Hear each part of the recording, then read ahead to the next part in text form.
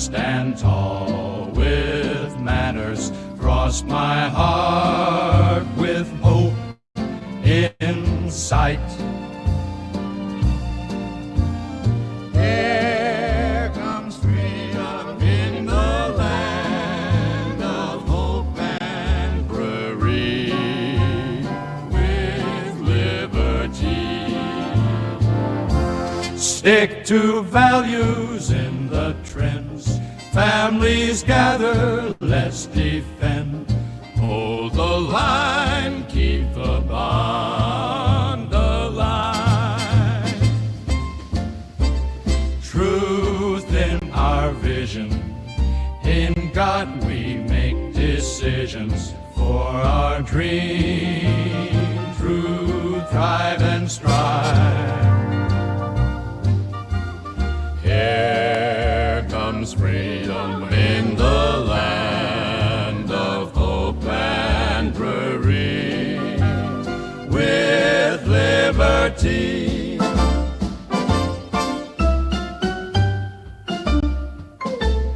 We'll keep fighting for what's right, standing strong in the night.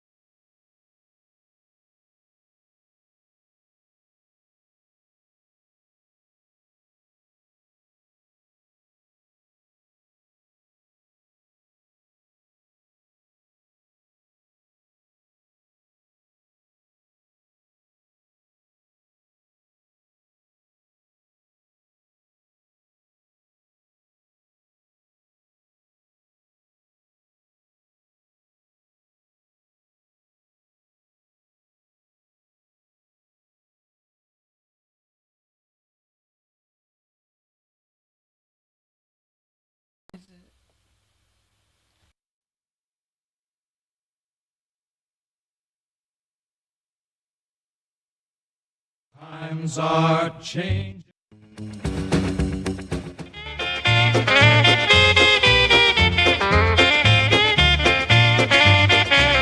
You know I'm standing firm while the world keeps a turning, trying to shake my freedom, but I ain't gonna frown. But darling, darling, hold your goblin hand. All you both can dictate, but I'm learning to stand with the spirit of the wild. Yeah, I'm ready to fight. I know more mindless cranking soul. I got my eyes open. Heavy, I can't sway. I'm fighting for the rights, and call me the free range mind.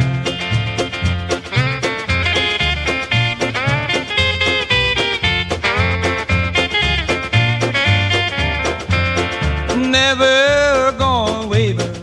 I'm a rebel with a cause. While others search for safety, I'll be raising my voice. Honey, I got my dreams and live with all my woes. I'll be living for tomorrow. Let the whole world know. Cause freedom not a game, it's a rhythm in my soul. Reaching for the stars, yeah, that's how I roll. Baby, I can't sway. I'm fighting for my rights, and call me the free range mind.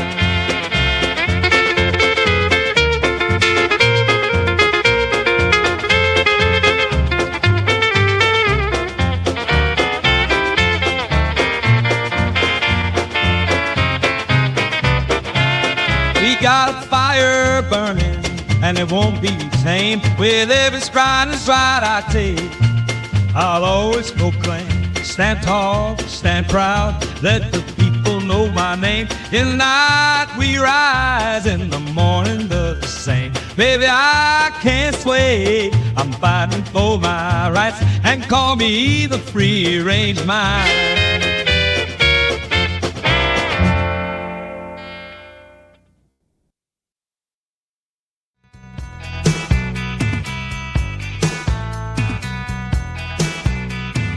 This is what we hold, values that keep us grounded still. Stand up for what is right, don't let the world make your will. Freedom and balance, it's here to stay. So let's embrace this life our way. Tradition calls, if you don't stand firmly, hold it tight. If you let go of the reins, you'll miss your connection. So share a smile today in this community that we build. With love and respect, that's how our hearts get filled. We carry forward, we know our truth. In this great land, it's our time to move. If you will stand firm in your lane, in new direction, hold it tight. If you let go of the reins, you'll miss your connection.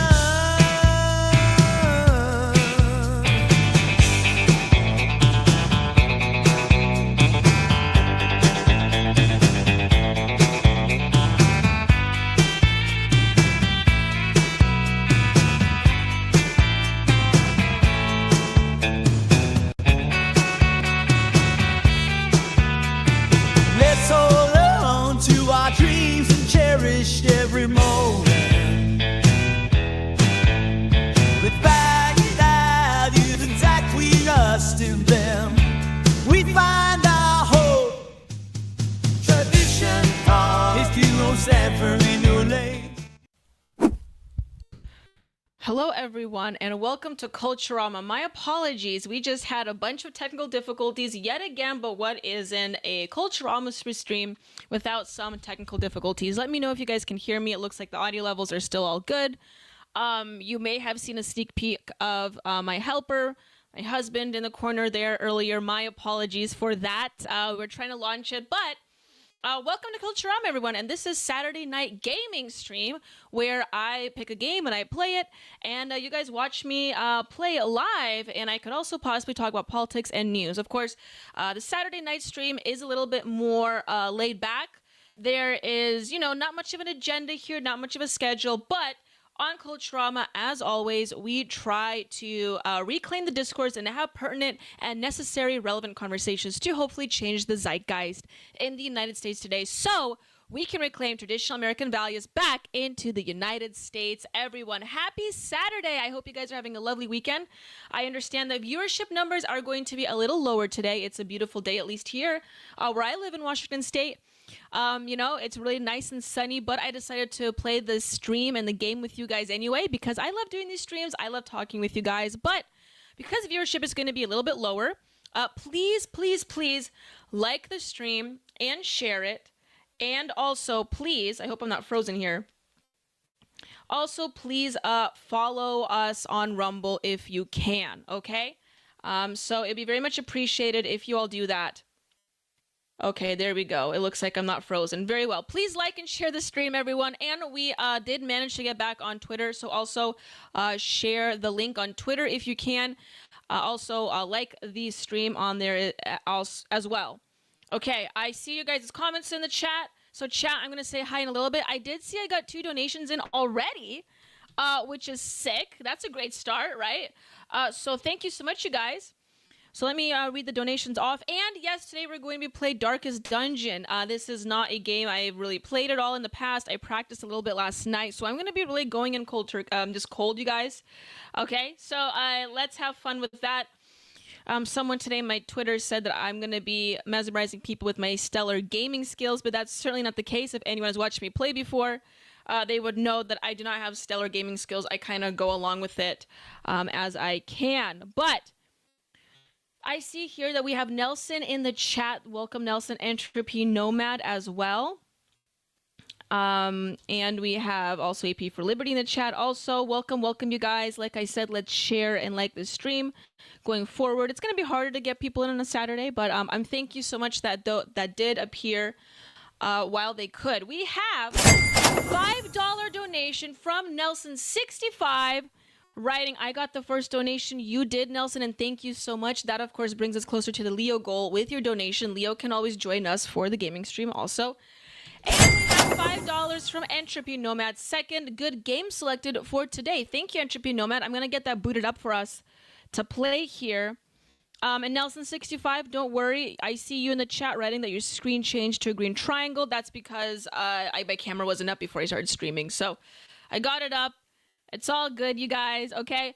Before I start streaming, I do want to cover a little bit of news first. I want to do my due diligence in reporting that, and that is the LA riots, everyone. I'm going to just briefly talk about it here before I launch the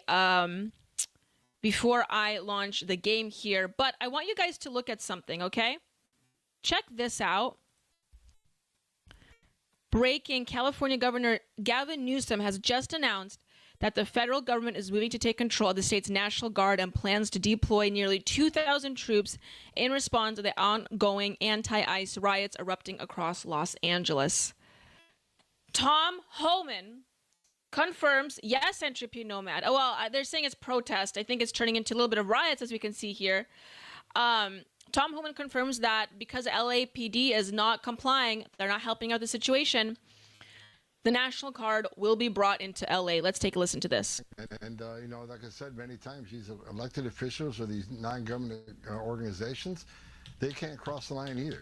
I mean, we got people like, Hakeem Jeffries saying he's going to dox ICE employees, ICE agents out there with masks on. They're wearing masks to protect themselves and their families because they've been doxxed, their families been doxxed, their life's been threatened, their families have been threatened.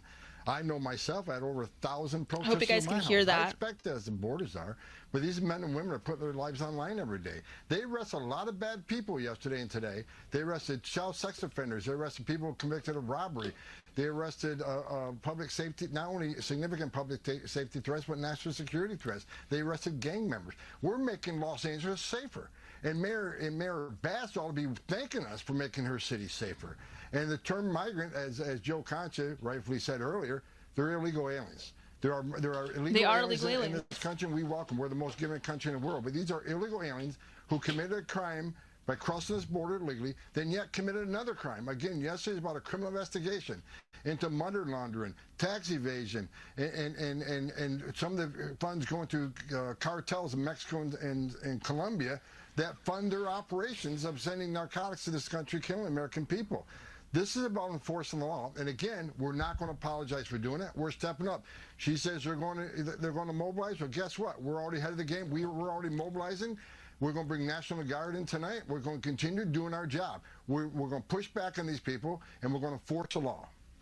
Tom, it's I hope you guys could understand completely what Tom Homan says. I know when he speaks, he sort of sounds like he has acorns in his mouth, but essentially what he was saying there. I don't mean to be too disrespectful. I end up thinking about that. But yes, the Los Angeles Police Department and the law enforcement there is not complying with the orders to retain some of the activists down there that are attacking ICE facilities, trying to break migrants free, because these migrants have come into this country illegally, and like he has said, they're bringing in drugs, they're bringing in other unsavory behaviors, criminal activities, gang activities, also human trafficking. And I don't have to reiterate to you guys, you all know the talking points, okay? You all know talking points. This is beyond just culture. There is a certain level of criminality here, okay, that we are trying to fight back against. And when you have the state government, the state law enforcement, Gavin Newsom is complying as far as I'm aware. But when you have the state law enforcement, at least in that particular region, not complying, Tom Homan confirms, just today, 2 hours ago, National Guard will be brought into LA, and hopefully this will include, or rather introduce, some reforms that are happening in that city, in that part of California, which is, I would say, the most heavily hit from these sorts of activities. So this has been all over Twitter today. I don't know if you guys had a chance to watch it. But here is a couple other videos. I think this is communists are organizing, promoting, and engaging in violence. Here's another tweet. Again, just briefly touching this before I open the game. I'll talk about this during the game a little bit, but I just want to show you guys a few clips here. Communists are organizing, promoting, and engaging in violence in Los Angeles and attempting to spark similar actions all over the country. So it is starting in Los Angeles. They are trying to incite other activities like this all across the United States, especially like in left-leaning areas. Unfortunately, many people are referring to the rioters as anti-ICE protesters, okay? So it may have even started off as protests originally. Again, this has just started yesterday, you guys. So I know it's been People's Fridays, okay?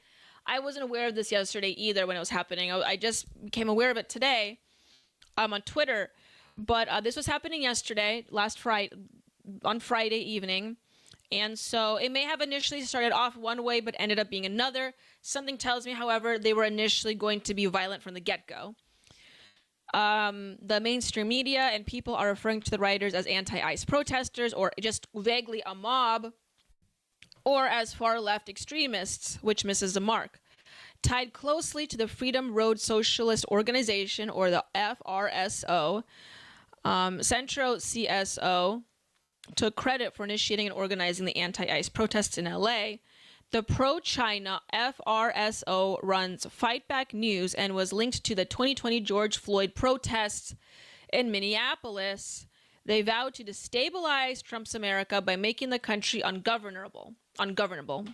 Can't say that word, but there's just a few connections there that you guys should be aware of. Fight Back News, being able to respond to ICE sightings is so important, these people, right? They are not letting these pigs terrorize our barrios. I don't know how to say that. Here's a video. There's like no audio on this video. Hold on. I can't make it louder, but... This is Steph York. I'm the political secretary. Build the movement against Trump, make the U.S. ungovernable. So, simply because they have in their opinion, the wrong guy in office, we're seeing a lot more of these activities come out. And rest assured, you guys, yes, the Democrats are demoralized. I do believe that the party is largely floundering in the response to the Trump regime, you can call it, the Trump administration coming into power. However, as the seasons get warmer, as we're entering into summer, as we are entering into what's classically, known as the protest season, okay? If you guys remember from the George Floyd situation, it happened around this time of year. We can expect more of this to happen, I think. So please be on guard. We've seen it with Barrio. Thank you, Entrepreneur. I appreciate that in the chat. There's going to be a lot more of these happening. We've seen it with the Teslas. Here and there, we've seen sparks of violence, okay? So the fervor is there. Let's just pray and hope that these people, the leftists, the progressive, the Democrats, the communists, will remain largely demoralized moving forward. But it seems like, especially as immigration is concerned, these people are becoming or trying to become fully mobilized. So stay safe, especially if you live in a, generally left-leaning area. Here is a video. Watch as protesters and activists rush onto the freeway, desperately trying to block and stop a federal bus. As chaos unfolds in Paramount, California, dozens of activists and protesters storm on the freeway, desperately trying to stop a federal bus from leaving the scene. Tensions are at a boiling point. Let's watch. This situation continues to just unravel here in Paramount right Look now. at that, you guys. This is Josh Haskell with ABC7 Eyewitness congregating in News front of the bus there. That guy just kicked the can. Protesters literally trying to stop this bus with their own hands. And the bus is slowly creeping up. And it does not appear that this bus is full of, I don't know who is on this bus. I don't know if anyone is on this bus, but they are kind of trying to creep forward. And I don't see how this situation resolves without the sheriff's department getting involved or local law enforcement. It really does feel as though look at that. They're all just like for arrests, they're going to have a difficult they're time filming, of course. They're all coming in front of the bus. Border Patrol agents that are absolute madness. These people, right of now, course, you see a great number of them wearing masks. Now, the masks could be for just to retain their anonymity, but if they are at all wearing it for the safety of themselves over, potential COVID, Will's standing in front of a bus. Well, I have no. There's nothing we can do to help these people in their mental state. Obviously, boxed in against that not metal the most fence. logical. I'm But yeah, seeing look at only that. 3 vehicles. It looks like behind. We have the bus and then 2 SUVs. That's all I'm seeing right now. In order for them to access where all of this is playing out right now, where our ground camera is, they're going to have to get through these protesters. 2 of those SUVs. Are they going to run over? are I don't now think they're going to run essentially over someone, going right? Around these protesters. This really could They're turn beating on the extremely ugly window. right now. I'm seeing one of the doors open on one of those vehicles. There are people inside. The cars trying to drive around. There's that's law enforcement. Yeah, I've heard. I thought there was a video somewhere of those. somewhere. There's a video of someone getting run over, but I'm not sure about that. This is all chaos under the watch of Gavin Newsom. He allows his people to attack federal law enforcement without repercussions and allows mayors to incite violence. Yeah, this is, of course, all under the watch of Gavin Newsom. Now, as far as I'm aware, the deporter, as far as I'm aware, Gavin Newsom is happy for, well, I don't know if happy is a correct term, but is, you know, with open arms allowing the National Guard to come in and try to lay down the law a little bit in the southern part of his state, the most craziest part of the state, so hopefully that will happen. Protesters depend on the civility of those in power. When power loses its patience, then look out. Exactly, Nelson 65. That's exactly what I was trying to get to that point. Here's, I don't know who this person is. I just saw this tweet pop up. If you're an ICE agent, F you. I hope every moment of your life is suffering. I hope you experience all the same torment, loneliness, and pain you inflicted on our communities. You are a fascist. Wow. Wow, we made it not too long. 10 minutes into the stream until a leftist called law enforcement fascist pigs? Fascist and pig.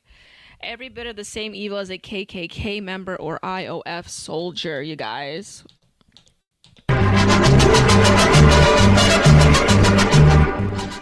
Anyways, protests and clash escalate in LA over ICE operate. Here's another video. We would not have without having helicopters there in the sky. Look at that, this, you guys. Austin. Mexican flags? Mexican Happening flags, in the LA line right now.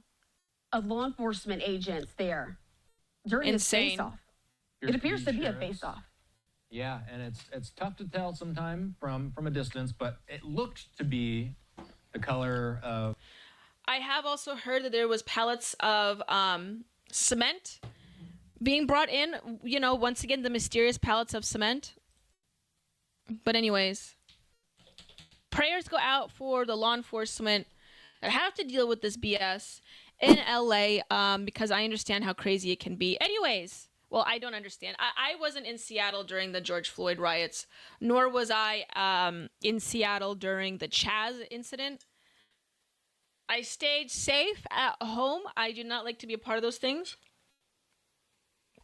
Okay, you guys, it is time to game. I'm sorry for going too long in the news. I couldn't help it. I have to talk about it. But let me launch the game for you guys. Now, I want to make sure this is all halal and gaming scene. Let me look for it. There we go. It's all over on OBS, so please bear with me. I'm going to launch this game and see how it looks.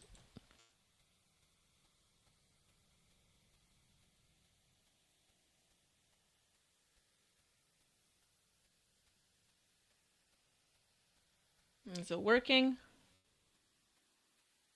Looks like it is, but where's my background? Oh no. Ruin has come to our family. Oof. You remember our venerable house? Opulent and imperial, gazing proudly from its stoic perch above the moor.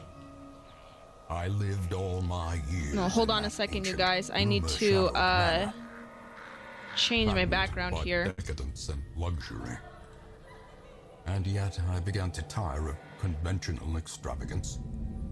Singular, unsettling tales suggested the mansion itself was a gateway to some fabulous and unnameable power.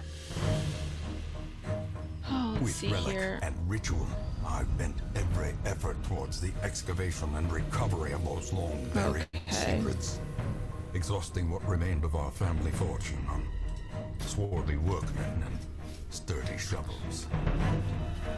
How does that look? At last, Okay, in are we salt-soaked in? crags beneath the lowest Now we have a little foundations, background to we watch the unearthed game. that damnable portal antediluvian evil. Okay, so welcome to Darkest Dungeon. All right. I don't know anything about this game. I know that it's inspired by like Lovecraftian fantasy, so we're just gonna jump into it, you guys, and have ourselves a wonderful gaming stream. Let's listen to some of the lore here.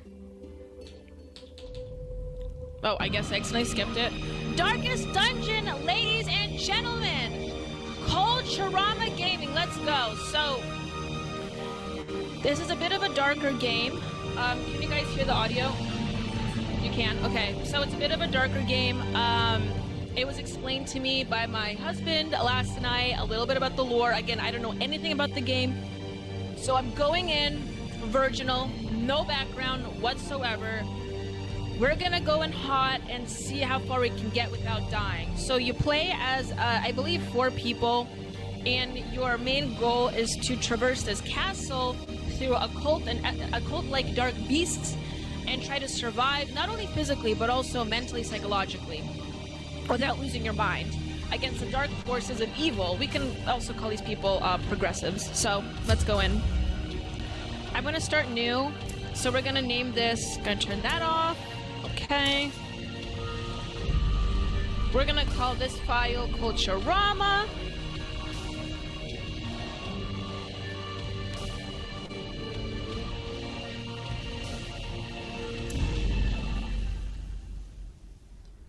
Thank you, Mr. Pig, for the clarification that you can see it.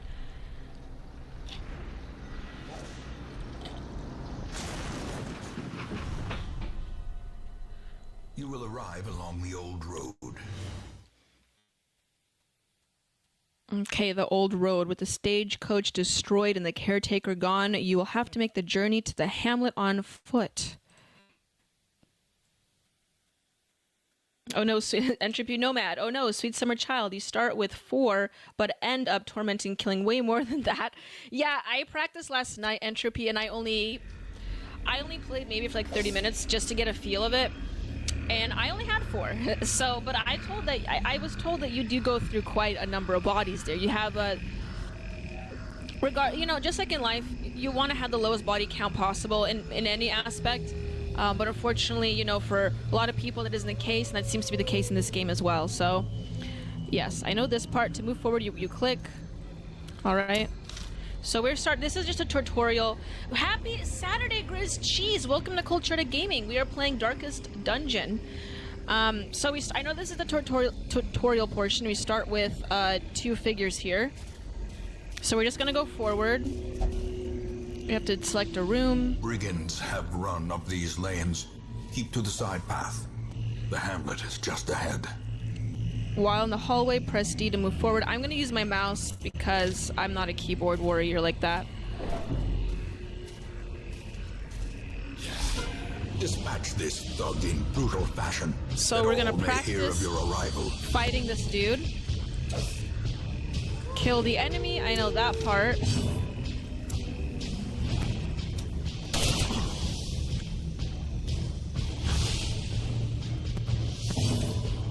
Gonna use my sword, stunning blow. Again, just a tutorial for now, I think. Maybe not, I guess this is technically part of the game too, right?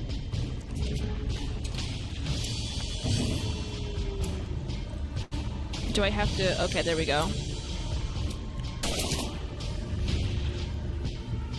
And if you guys are new and you're watching, please follow and like the stream. And if you want me to answer any of your questions or cover any particular story, feel free to, drop a couple of bucks in the chat, and I will definitely get to your comment.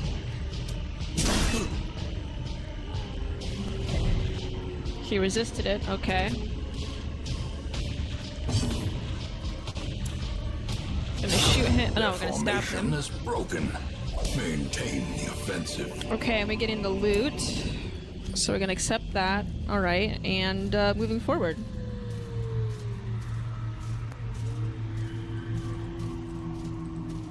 Can I not examine this tent? There we go. Interactive objects. While exploring, you'll often find an interactive object. Just click it. Makes sense.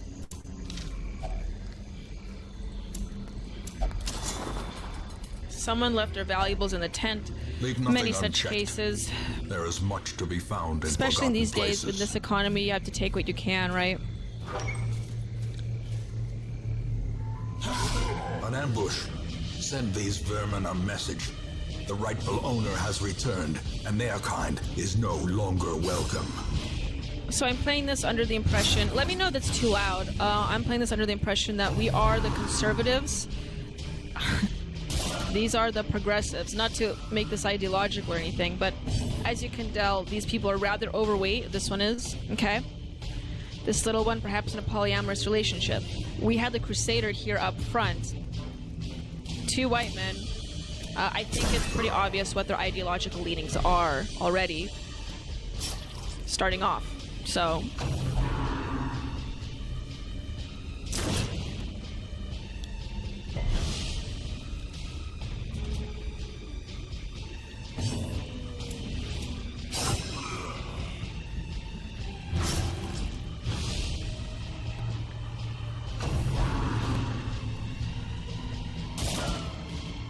Oh, we dodged it. That's good.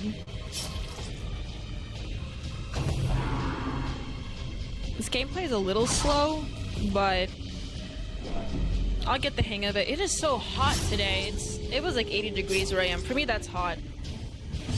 I might have to crack open the window here.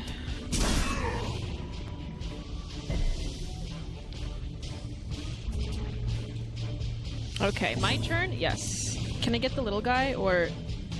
I can't reach the little guy. Maybe this one I can. Are you assuming the gender of your characters? Asked Nelson65. Yes. We will have a female character later on in this game, I'm pretty sure. They make it kind of obvious. This guy, the Crusader... See, they each all have professions. This guy right here is a Crusader. And his name is Reynold, and I'm assuming Reynold is a male. Dismas is a highwayman, whatever that means.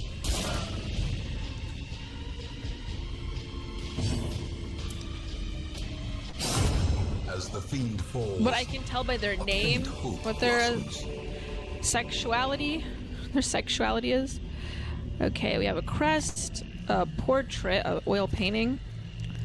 Food, we always can use that. And where was that? Gold? I missed that last part.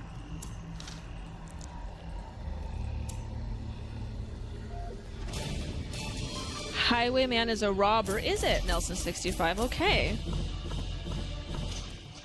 I'm rather cloistered, so I didn't know that's what that meant.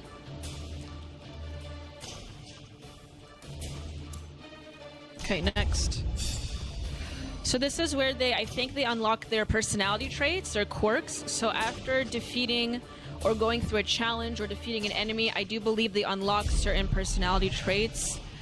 Okay, Reynold has dipsomania, and Dismas had nothing developed, I suppose. So what is dipsomania? Is that dipsomania? welcome home, such as it is. Alcoholism. Okay. This squalid hamlet. Our Crusader became an alcoholic. They're Everybody. yours now. Like And I you are said, in this bound to economy, them. who isn't these days, right? Okay. So these are quest goals. Dismas I'm surprised he doesn't have any personality traits yet, but regardless, let's see if we can get more members. Women and men, soldiers and outlaws, fools and corpses. All will find their way to us now that the road is clear. Okay, so we now have 2 more members we can add to our team. We have a Vestal, which I presume is she's a religious, sort of like a religious healer, a religious woman. The first thing that comes to my mind are the Vestal Virgins. So we're gonna drag her over here. Her name is Gale. A sister of battle, pious and unrelenting. As the wise man said, she's pious. And then we have, I think his name is Joland. He's a plague doctor, so we're gonna drag him in the bottom here. What better laboratory than the blood-soaked battlefield?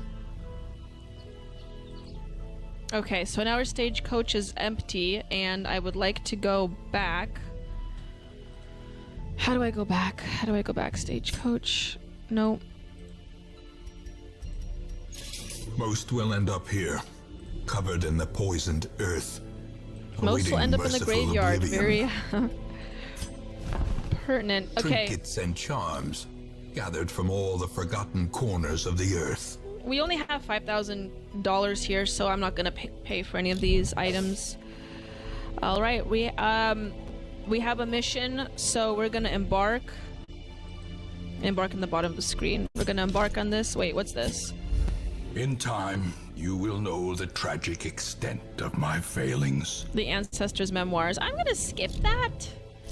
I just embark on a mission. Okay. A mecca of madness and morbidity. Your work So, begins. we're not gonna go in the darkest dungeon quite yet, obviously. These ones are locked. The Cove, the Weld, the Farmstead. We're gonna go in the Warren, I suppose, or whatever this thing is. Oh wait, no. I need to get these people. We're gonna get her. And then my plague doctor here. The cost of preparedness, measured now in gold. Okay, we're gonna get a bunch of In food. blood. There's 12 food, and then we're gonna get a couple shovels, anti-venom, 2 holy water, 2 medicinal herbs, 1 laudanum, like 7 torches I think is good, and bandages, 6 bandages. That I may have purchased too much. There's 1 skeleton key. Okay. Are you guys ready to embark on a mission? I am. It's gonna be good. We'll see if any of my characters have a mental breakdown. Alright, so we are embarking on the mission forward. Let's see how far we will go.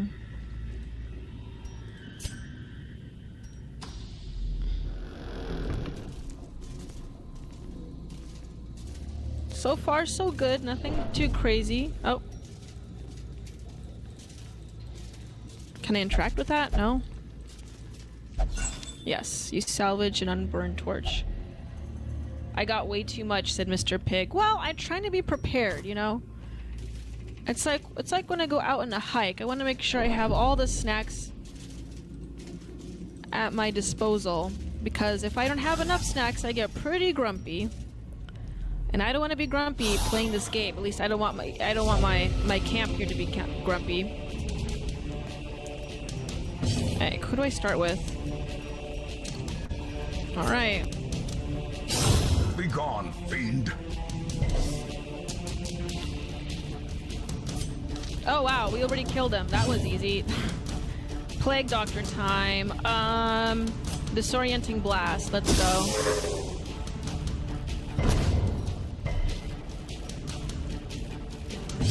Can I? That's her turn.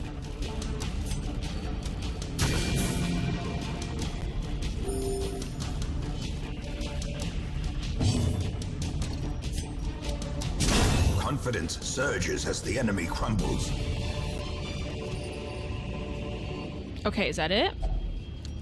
Unlock strongbox. The contents are yours. We got treasures. We got a shovel, some bloody pages, another torch. I may have a little too much in my inventory, but anyways, how this has been explained to me is that the red bar on top, if you guys look ever so studiously under the characters there, the red bars are health or HP, and then the white bar on the bottom is stress. So I think if there's more white, it means the more stressed they are, or maybe someone in the comments can explain it to me, because I don't remember what the stress works. Either the more white, the more stressed they are, or the less white boxes means the more stressed they are. Maybe someone can articulate that for me in the chat, but otherwise, maybe Mr. Pig, please let me know. Is it like the less white, the more stressed they are, or how does that work exactly? Anyways, but as I await a response, we're gonna go scouting, okay?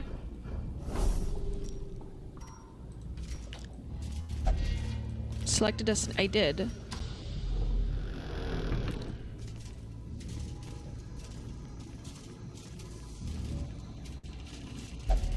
Can I hit that? Even the cold stone seems bent on preventing passage.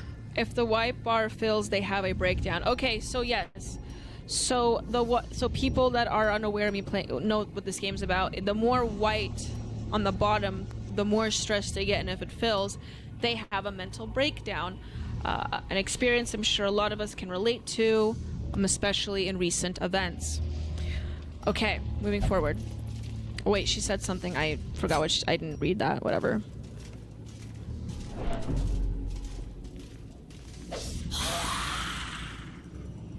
The light is fading. The current torch level greatly affects many mechanics in the game. The darker it gets, the harder things get. But the better the rewards. Okay. Okay, we have 3 more stooges at our disposal, you guys. Let's go.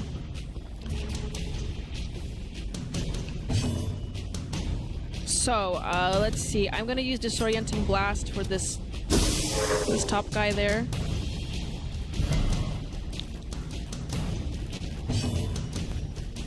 Okay, let's go with Judgment. You toss the pages from my inventory. Okay, after this fight, maybe I will.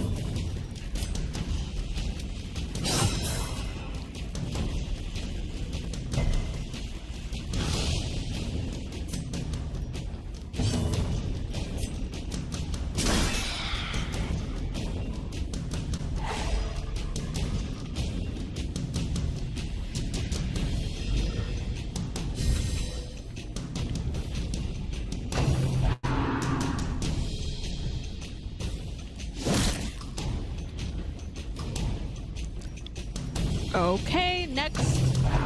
They're still going, huh? Okay. They missed the girl. Very good. The girl boss. Can I use her now?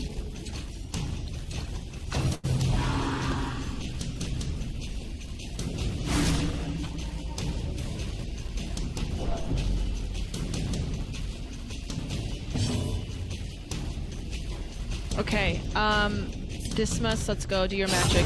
Their formation is broken. Maintain the offensive. And we have Disorienting Blast next. This should probably get the guy at the end there. Okay, and then we have my girl character. Let's do Illumination on this one. That's just gonna kill him, right? That straight up kills him. No, really makes a dent. Okay. Okay, next.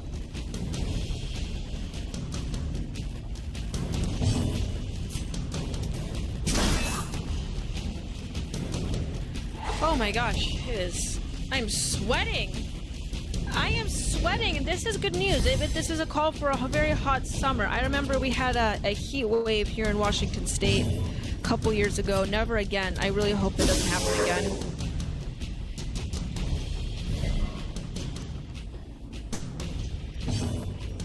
Okay, Light Blast, let's go.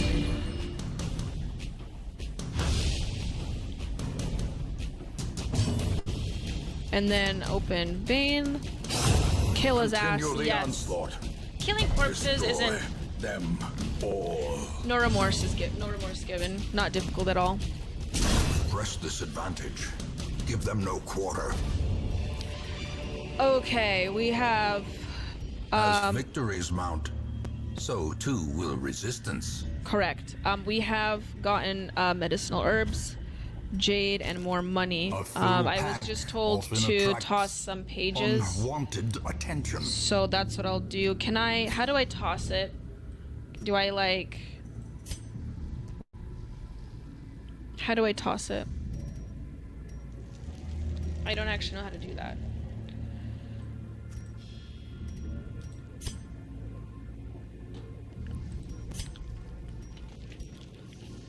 How do I remove something from my inventory if I have no use for it? Can I just sell it, or do I have to? Oh, wait. There we go. Do I have to, like, just throw it out? A right click? Okay. And then what?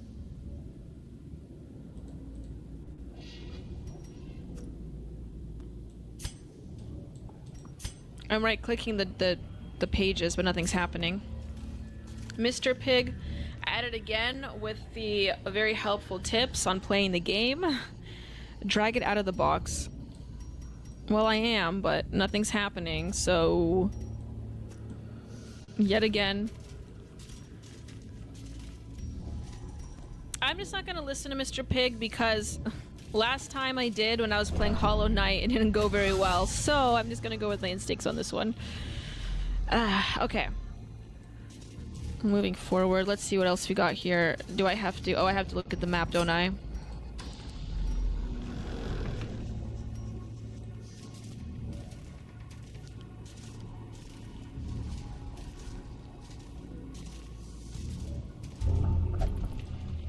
Whistles. My Crusader's not too serious there. I'll be keeping this for myself. Oh, he's becoming selfish now. Okay. Okay. Moving forward. My Plague Doctor, meanwhile, is just vibing.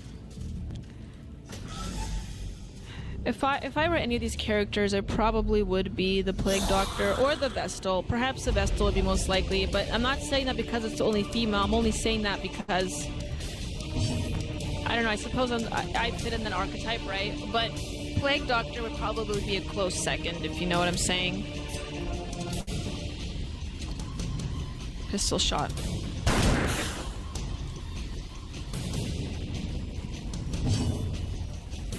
There's something to be said about archetypes. I'm actually presently writing an article on archetypes on my Substack, not to, you know, not to advertise my Substack or anything, but I'm a firm believer in the prevalence of archetypes. I'm very Jungian. I'm a firm believer in the prevalence of archetypes quite a bit, and how they manifest in each of us, all individually, based on our, you know, personality types, how we develop, the experiences we've grown in, and they usually manifest within you pretty young.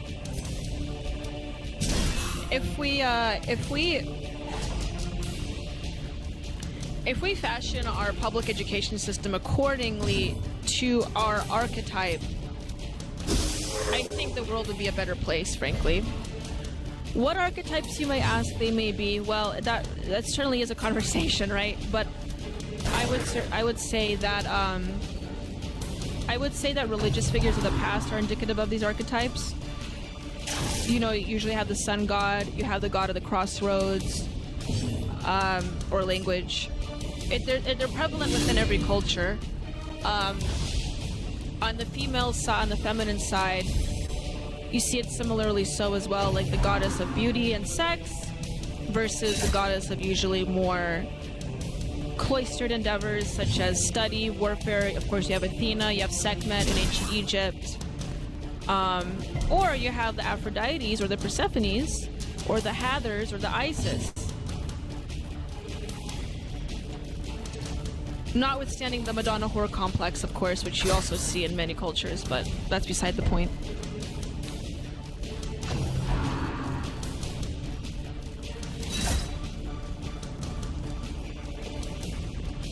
Oh no, my health is not doing so well. Let's try to concentrate here.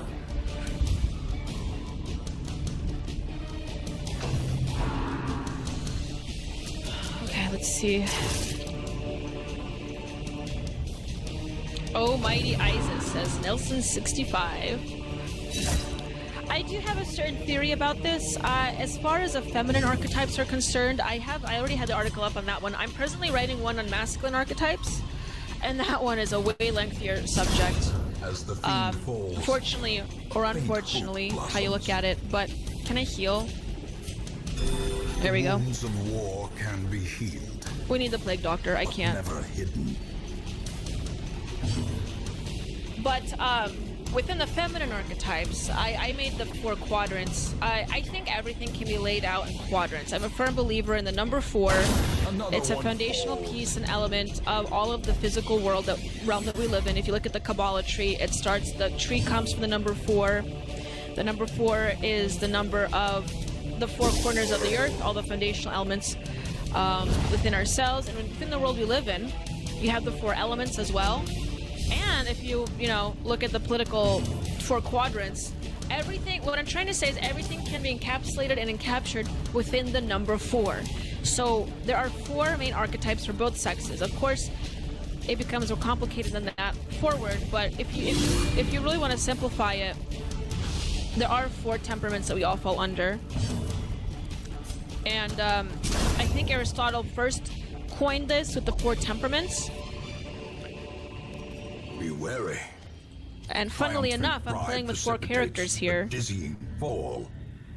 And Isis was a children's show when I was growing up. Is it, Nelson 65? I've never heard. Is that like a cartoon? I've never heard of it. Okay, can I heal these people? Let's see. Let's give them food. I'm gonna give my plague doctor more.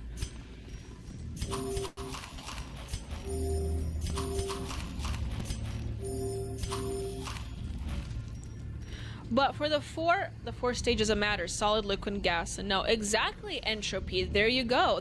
The number 4 is so prevalent. If you really think about it and look at the symbols underlying our reality, you will come to find out, and this is a very alchemical thing, so I don't mean to be too weird about it, but the number 4 is present in many aspects of our lives within the physical world. Not within the spiritual as much. But anyways, for the 4 masculine archetypes, if you guys are familiar with Jung, or the Jungian 4 masculine, there's a king, there is the warrior, there is the magician, and then there's a lover. If you look at the 4 suits of the 4 suits in a card deck, you have what? You have the spades, the coins, the hearts, the diamonds. Okay, similar with the tarot deck. The coins. Oh, I said coins. In a card deck, you have spades, clovers, hearts, and diamonds. It's fashioned after the tarot deck, or the tarot deck's fashioned after playing cards. The coins are the diamonds. Okay. The wands on a tarot deck are the clovers. The spades are the swords, and the cups are the hearts. I'm saying the number 4 is prevalent. The 4 musketeers, by the way, my character's in trap. Watch your step. Everyone knows the 3 musketeers, but there's a 4th one, D'Artagnan, in the book. And the 4 musketeers also embody the characteristics of those 4 elements. Because you have one that Aramis, who's very romantic. He's a knight of cups. D'Artagnan is clearly the knight of wands. You have Porthos, he's the Knight of Pentacles, and then the last one, I don't remember his name, the leader of the group, he's like the Knight of Swords. But anyway, in the Jungian 4 archetypes, you have the king, you have the warrior, you have the magician, and you have the lover. I classify them differently. I classify them according to their deities. Zeus is the king, so you have the Zeus masculine archetypes. I know I mostly have men watching me, so I'll talk about the masculine archetypes. You have the Zeus types, which are very action driven. You have Aries, the Rhegians, or the warrior types. Then you have the Dionysians, or Dionysus, which are the lover types, or Pan. There's a lot of sexual energy with those people. And then you have the magicians, which I think are the most fascinating. And that's the archetype I fall under, but the magician, that's why they're most fascinating. I'm kidding. The female archetypes are a bit different, but Hermes is what I believe. I don't have enough room in my inventory. It's awful. Okay, well, I guess Mr. Pig was right. I should have threw out the papers. If only I knew how to throw them out. But Hermes embodies the magician archetype. The hearts of men. And the magician archetype are the ones that most embody the personality and behaviors of Lucifer. Because it is a crossroads deity, okay? It's between the metaphysical and the physical world. Anyways, you see this pattern quite a bit. It's also having to do with information and language and the manipulation of information and language. Drag them out of the inventory. I don't know how, Mr. Pig, it won't let me. Look.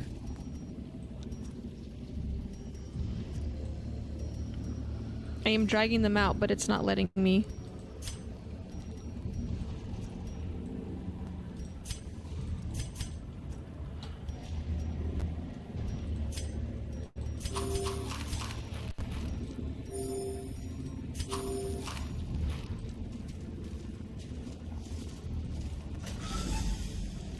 I'm getting ahead of myself. I'm talking way too much.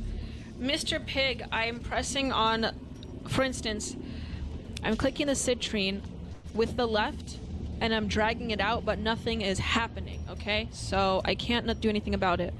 When the items are on the screen after the fight, do it. Well, I mean, they're like literally right here, so why can't I just drag them out right now? I can't.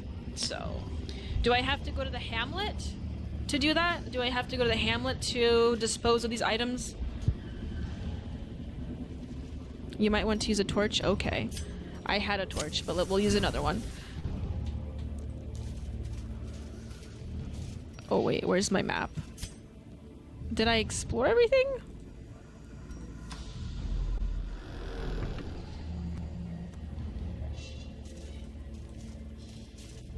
Dismas is not stressed at all. He's just vibing. No stress bars whatsoever.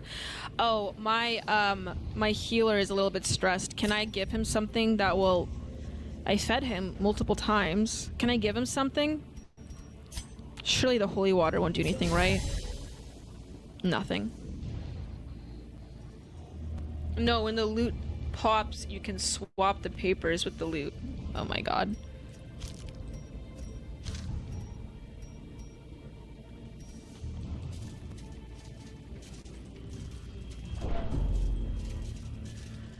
Well, at least none of my characters are abusive. I know that is also a trait that can happen. They can become abusive here. So, I mean, I feel like I've already explored everything. Do I have to go back to the Hamlet now?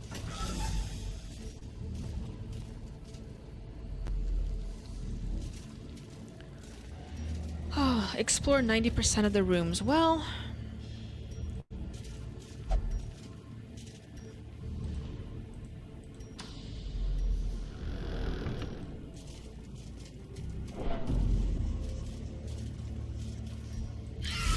Oh, we have... Oh, that's gross. That's a whole ass animal right there. Okay. Plague Doctor, we're gonna blast that queen. Well, mother spider, I suppose.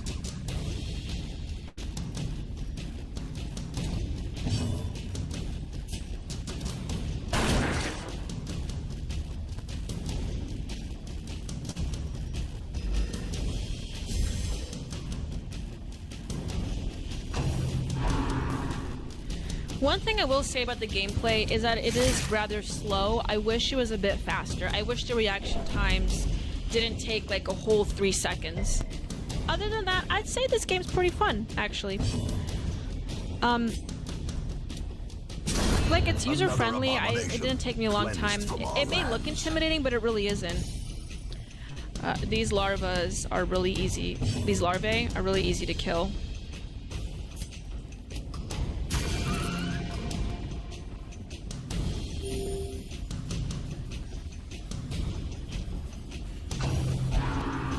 Grave Nibble. That's quite the name. Grave Nibble.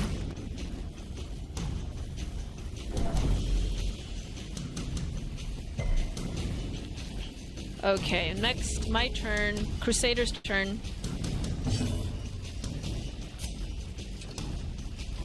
Can I not do that? Oh, shoot. Okay.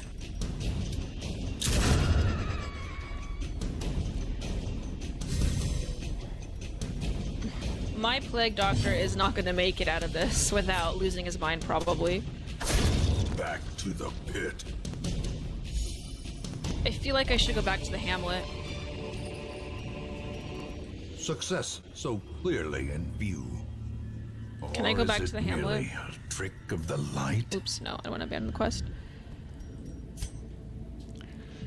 Can I go back to the Hamlet? I want my Plague Doctor to I never beat the game, but I did play it a lot. The asterisk drips and is simply themed perfectly for dread horror. I would agree with that. It does do that. And you know, I'm a fan of Lovecraftian occult. The Lovecraftian and the occult, and you know, clearly the esoteric. I don't know how I feel about the art style. I get that it's gritty and it sort of has like that comic book feel to it, but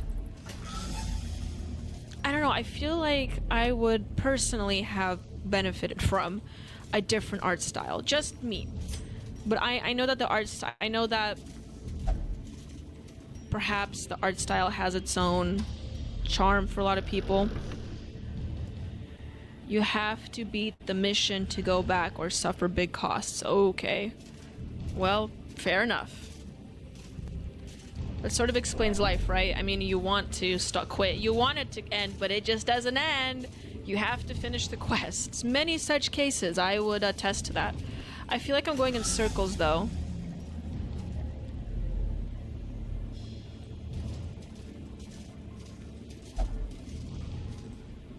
Where am I? Okay, where am I in the map? Oh, am I? Okay, I know my problem. I'm just being stupid. I'm going to the same rooms already. Because I thought I already examined these and I haven't.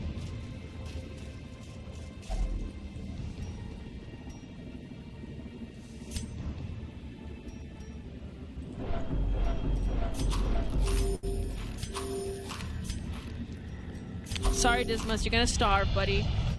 Okay. Oh, great. Well, what'd I say? My plague doctor wasn't gonna make it. Fear and frailty finally claim their due. Hey, he's talking like me. Afflicted. When a hero can't take stress anymore, they become afflicted. This manifests in different behaviors and stat changes. Afflictions last until you send them to treatment in town. That's why I wanted to go to the Hamlet. Unless you can reduce their stress to 0 during the quest. I don't see how that's possible. So, let's go back to the rooms. I was going in circles. My mistake. This is sort of what it's like to feel. That's sort of what it feels like to be God, probably.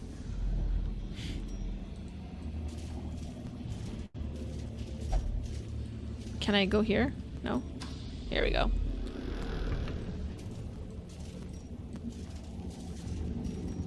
I was talking too much about archetypes and now I'm like sucking ass at this game. I was doing not too bad. And wonders can be found in the most tenebrous corners of this place. I wasn't doing too bad last night, but I don't know about right now. Okay, can we go here? There we go. Okay, here we go.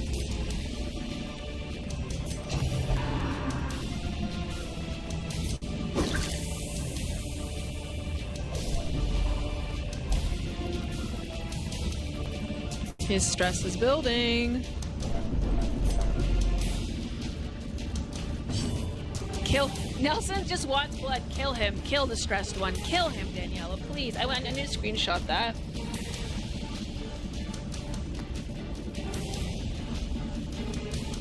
There we go. Okay.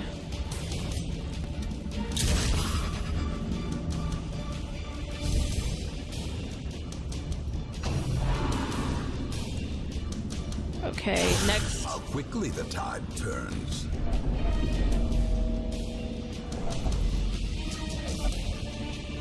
Nelson, I didn't know you were death's door. Oh, gee. Nelson, you're gonna get your wish. My plague doctor's gonna die. Not a good day to be a plague doctor, I must say. Why do Redditors like plague doctors so much, is my question. I've always wondered that. Is it just the common aesthetic of it? Can I heal my... There we go. I don't know if that will work, but it's worth a shot. Woman moment. Mortality clarified in a single strike. He's gonna die. He's dead, man. You cannot die. We need you. They had something together.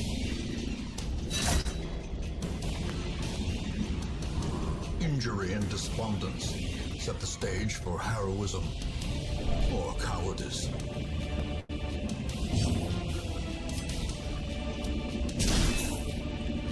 I have to lock it. I have to lock in. I gotta lock in. Okay.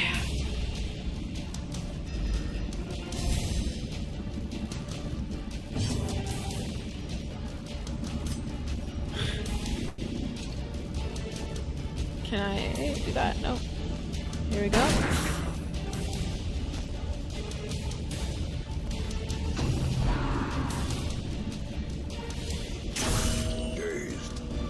I have no torches lit. That's why my fight is harder. Well, I lost my plague doctor. You got your wish, Nelson. You got your wish. My plague doctor's gone. I liked him.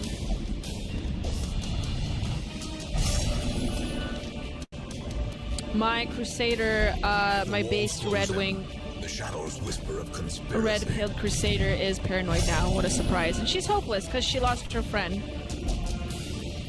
There's no higher purpose here. Hey!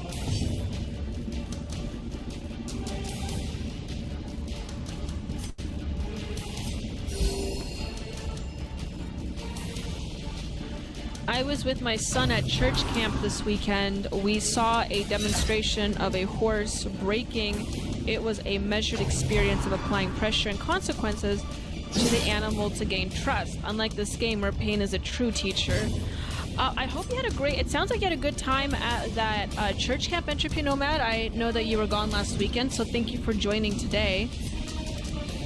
That sounds like a really good lesson to teach those kids. I hope you had a great time. It is the ideal season for that, to go to church camp, so. Yeah, I don't know. I understand this game teaches you through pain. I was doing actually pretty decently last night. I think that's just because I wasn't talking while I was playing. As you guys know, I'm a terrible multitasker, so.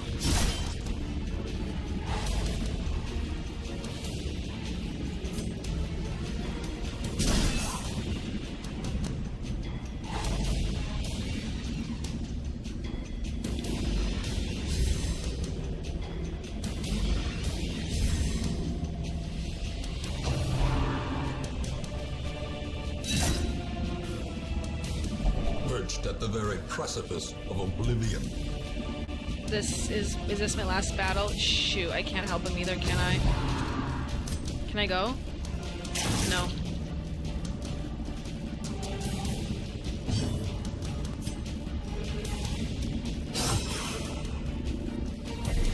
Oh, come on, they resisted that? Not cool, man.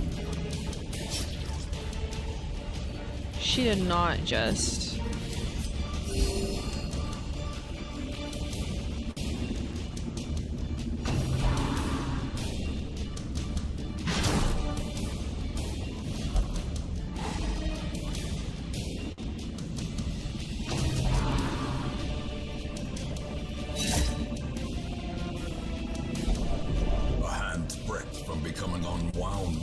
I'm gonna lose my vessel, you guys. That's not good. That's not good. Okay, beware the creeping gloom. I'm only gonna have Dismas for the end of this, aren't I?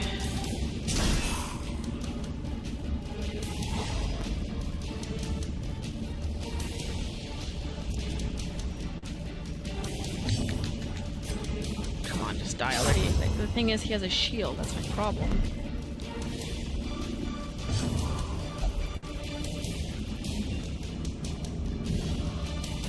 Yes. Go behind him. Oh, I can't use that. Shoot. I'm not allowed to hit any of them with any of these? You guys. I can't use Dismas. A brilliant confluence of skill and purpose. Damn, he's gone. He's out of there. Teetering on the brink, facing the abyss.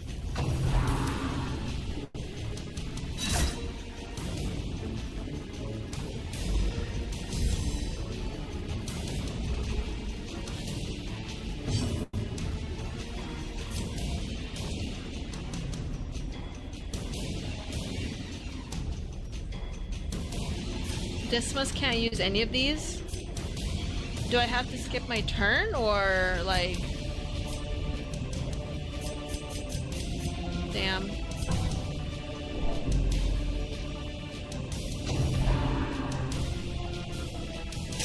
Survival is Death a blow. tenuous It's over. proposition. I In this lost. sprawling I'm gonna lose my Vestal as well. This is rough. Okay. I have to lock in.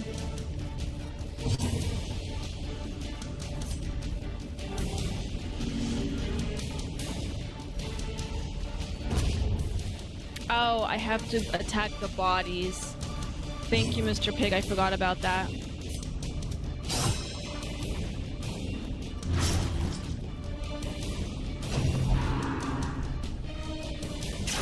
More blood soaks the soil. I lost all my members, you guys. Woman moment. No. No way. I only have Dismas left. It's funny because when I played last night on my own, Dismas was the first one I lost. I'm gonna lose all my people.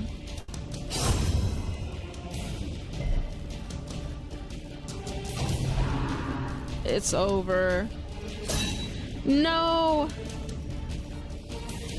Oh jeez. Oh no. He's gonna die. Oh.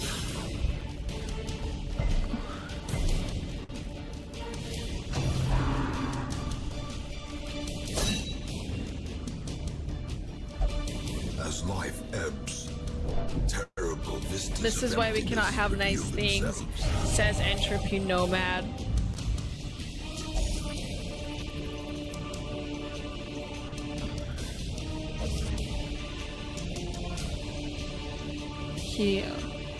Okay. Did my character become virtuous? He's still gonna die, so...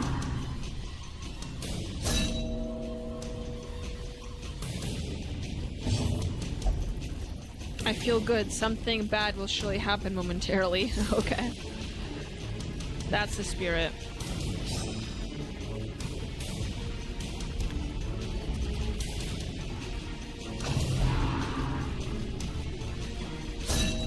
Yeah. It's over. It's over.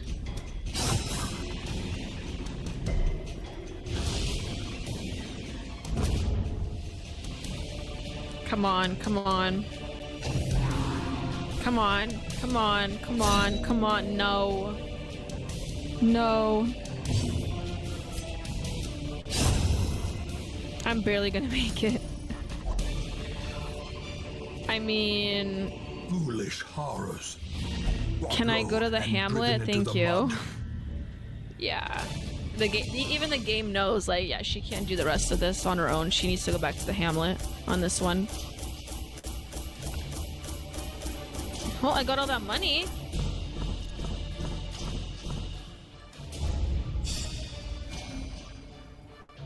Does he at least have a personality unlocked, or he's just... Why is Dismas so boring?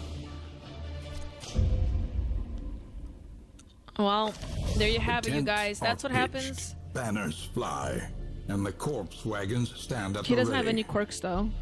The circus has come to town. That's what happens when you talk about archetypes. I'm gonna send him over to the bar, I think. Oops. That's not what I want. I get it, Mr. Pig. You know what? You didn't tell me that earlier about having the torch lit to make the game easier. I had no idea. That, unless you did and I wasn't listening. The Culturama Estate. So I'm gonna send Dismas to the bar. I think the tavern for stress relief. Fresh kegs, cards, and curtains. So this poor guy is gonna drink away his feelings here. Alike. There we go. Oh, he's going to the brothel. The pleasures of the flesh. Many such cases. Maybe he'll visit Nala Ray while he's there. My mistake. It's not YWLS, so he won't see it. I don't have enough years to send him off. What do you mean? They just let me, right? See? There. Because can't I get more heroes? The stagecoach. We have another plague doctor. What better Linessi. laboratory than the blood-soaked battlefield? We have Ver, the occultist. Perfect. To fight the abyss, And one we must have... know it. I don't know what that's supposed to mean, Mr. Pig. I don't know what the hand on face emoji and the male symbol have anything to do with this. And then we have Mautrovers, an arbalest. What is a seeker arbalest? What does that mean? I'm gonna look that up. Bandage and pillage. The dancing steps of war. Oh, it's a crossbowman, right? It's a crossbowman. Okay. Makes unique sense in this universe. So while Dismas is in the brothel, he's going to be replaced by 3 other men. Another plague doctor, an occultist, and a crossbowman. We need to start a peanut gallery to encourage Daniela, says Entropy Nomad. You guys do a very good job of encouraging me. The greatest amount of encouragement I had was playing Hollow Knight when you and Mr. Pig, Entropy Nomad, were going crazy. Nelson was patient. Nelson had enough patience for me. He was just happy to be there. But you guys were really on my case about not being able to go through the maze, and I will not forget that day. The cobwebs have been dusted, the pews set straight. The Abbey calls to the faithful. Okay, I'm gonna go get a drink of water. I'll be right back, you guys. You guys, Culturama Gaming, Saturday Night Gaming is going to continue. I'm gonna just be right back, maybe get a little snack. Go and get yourself some snacks. I shall return. I'm going to play one commercial for you guys, and I'll be right back. Meanwhile, please like and share the stream if you can. Share it to Twitter, share it in your group chats, share it in your Facebook groups, and so we can get that number up, everybody. I shall return and to play more of Darkest Dungeon. Thank you so much.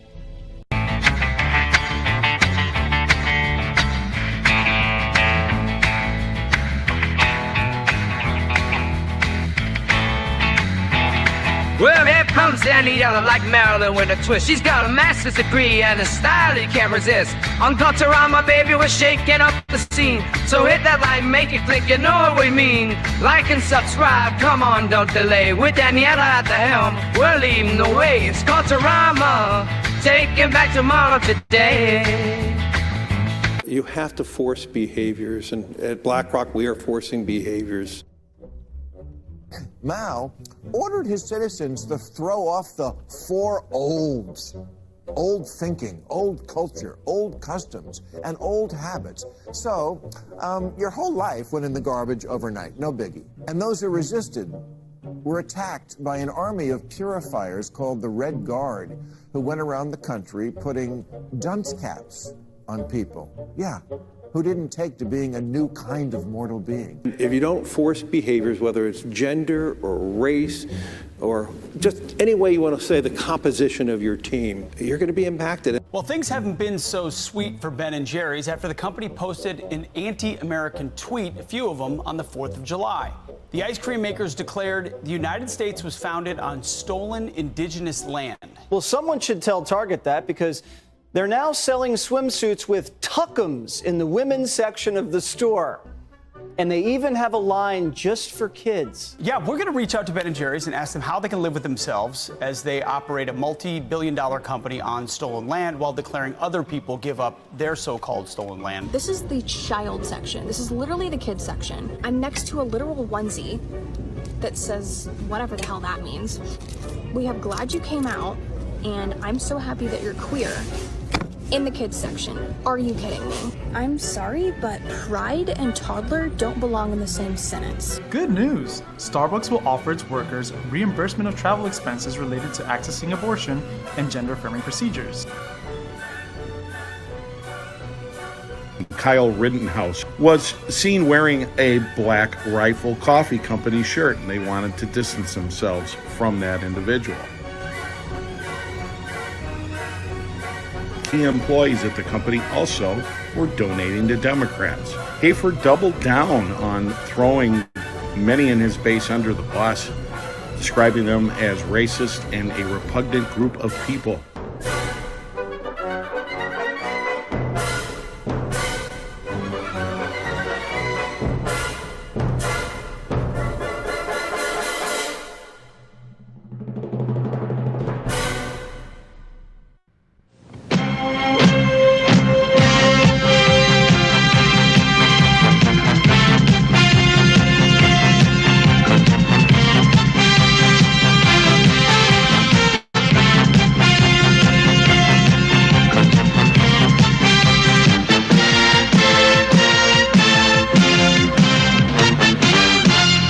Liberty lovers, stop scrolling, because if you're tired of the same old news, then I've got just the wake-up call for you. I want to thank you for tuning in to Culturama, and I know that you're enjoying every minute of it. Join us at rumble.com/AP4Liberty. The Wake Up America show is Mondays through Fridays, 7 to 9 a.m. Central Time. It's a great way to start your day. Coffee's optional, but waking up is mandatory. Remember, at Wake Up America, we'll keep you sharp, we'll keep you laughing, most of all, we'll keep you free. I'll see you in the morning.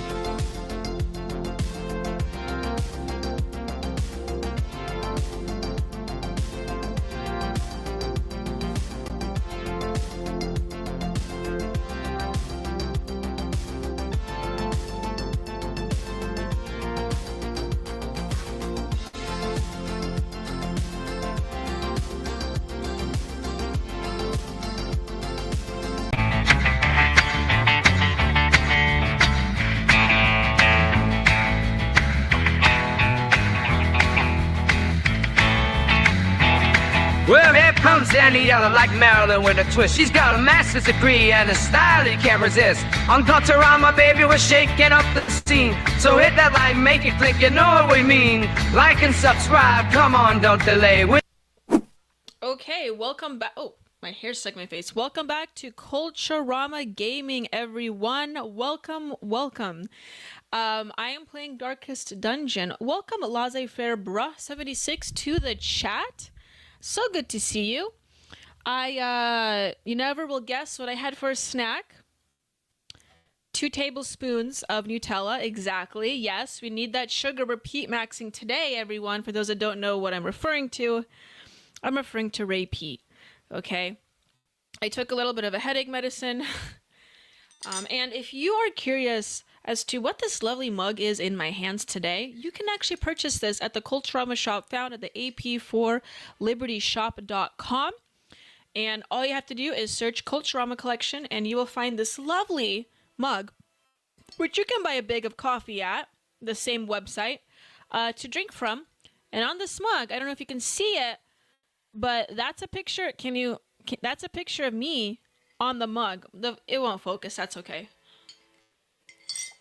So anyways, let me jump back to the game here. Game scene. Okay, is it behind me? Darkest Dungeon ends up getting too stressful for me. Really, laissez-faire? That sucks. I played it for the first time. Welcome, Rowhouse, to the stream. So good to see you. I'm playing Darkest Dungeon. Last time I played it last night on my own, and I did pretty well, actually. Like, granted, I had to send out my Vestal to the church, and my Crusader, or my Plague Doctor, to the brothel to recoup, but I didn't lose anyone. No, I lost Dismas, actually. But for the most part, I was fine. Now, I'm talking with you guys about archetypes. I hope I don't have chocolate on my face. I hope I don't have chocolate on my... I had Nutella and now it's gone. And I was talking about archetypes and I lost everyone, so I have to now recoup. I got 3 new people. And Dismas is in the brothel right now, having some time with Nala Ray. And we're gonna embark on our next mission. Okay. Obviously my Plague Doctor is getting a little bit antsy there, so let's go.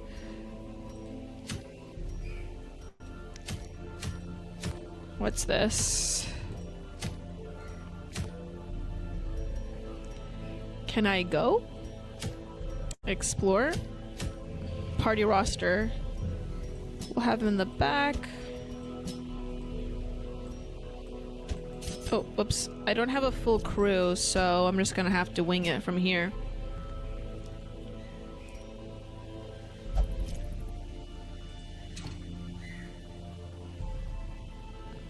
We're gonna embark anyway. Why not? We may not have a full crew, but, you know, we're gonna use whatever we have at our disposal. Let's get some more stuff. We're gonna get more bandages, I think. We're gonna have 5 bandages. We have some firewood, anti-venom,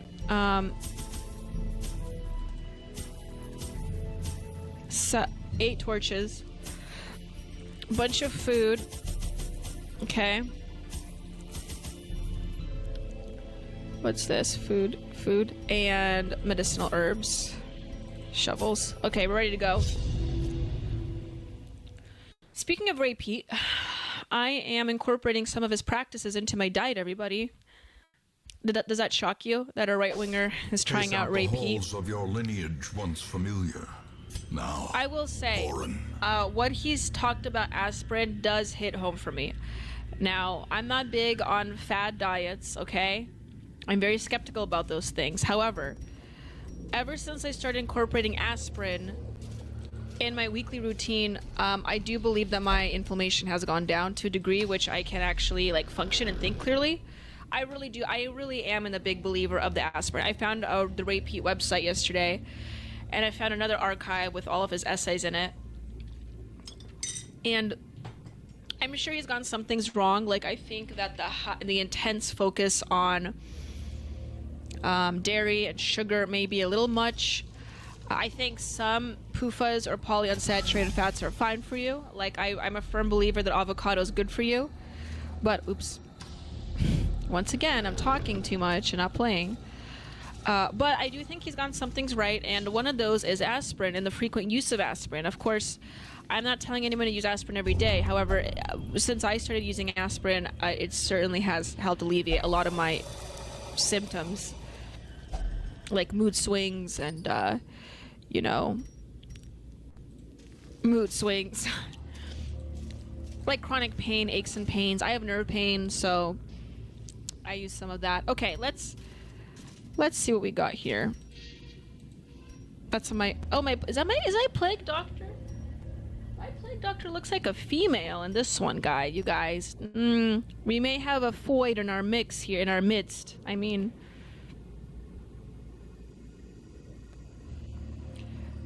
I think I begin to care for my party too much, just to sacrifice them to the darkness, so the crazy house becomes a row of Batman villains. Interesting. the match is struck. A blazing star is born. Another trap. It's always the plague doctor. At the end, no less. Is the trap maker's art. His efficacy unwitnessed by his own eyes. All right. Okay, then.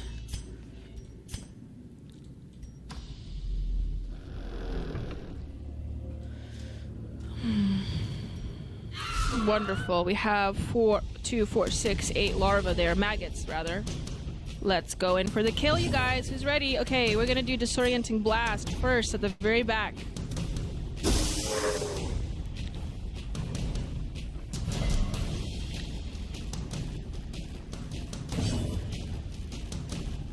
Laissez-faire, I'm so sorry to hear that you have also chronic nerve pain. Do you take any other medications for that? Like, do you take gabapentin or anything else? I take gabapentin for mine, but I have learned that taking aspirin on the days when I don't have, like... Another one falls. Direct access to gabapentin in that moment, or if my nerve pain happens earlier, I will take aspirin in tandem with my other medications, because it certainly does alleviate the symptoms without having to, like, get higher dosages of whatever it is that I take already. Because the last thing I want is to be dependent on gabapentin. Believe me, you don't want that. I remember I couldn't pick up my prescription one time for like a couple days, and it was rough. Let me tell you, it was rough. And, before anyone suggests physical activity, believe me, my family and my husband can attest to this. I go to the gym quite frequently. Am I not allowed to hit? Okay, incision. Let's go. Executed with impunity. But yes, laissez-faire. I do recommend the aspirin thing. Now, if you have like stomach issues, if you have acid reflux, take it sparingly. But because it can cause some stomach issues. But I've had acid reflux really bad. I've had gastritis. I had family that had gastritis, and I may develop it. But even then, I will still take aspirin here and there, and it doesn't really affect me all that much. As long as I eat clean, drink lots of water, I'll be fine. And go outside. All I have to do is touch grass. I don't, but I usually just try to tough it out. I can get a prescription for it, though. Yeah, I mean, you know, talk to your doctor about that, obviously. Gabapentin has certainly helped me. Be gone, fiend. But I can't, I'm not in the position where I can just tough it out anymore. Like, I can't go without it, unfortunately. But for the time being, before you get a stronger prescription like gabapentin, maybe try aspirin. Because like I said, I have like chronic nerve pain. I have chronic restless leg really bad since I was 17. And the aspirin is enough to like get me through a few hours without, you know, getting gabapentin right away. So, but yeah, worth a shot. And it's more affordable. I miss? How is that even possible? What, the game has this? You can just miss and waste a turn like that?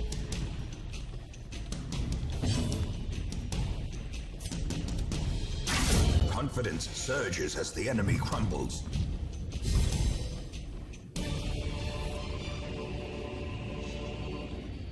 Seize this momentum. Push on to the task's end. I've had some friends that have been on gabapentin, and one of the first things that they struggle with is been their memory. Yeah, I mean, I've been taking it for 5 years now, so I couldn't tell you what.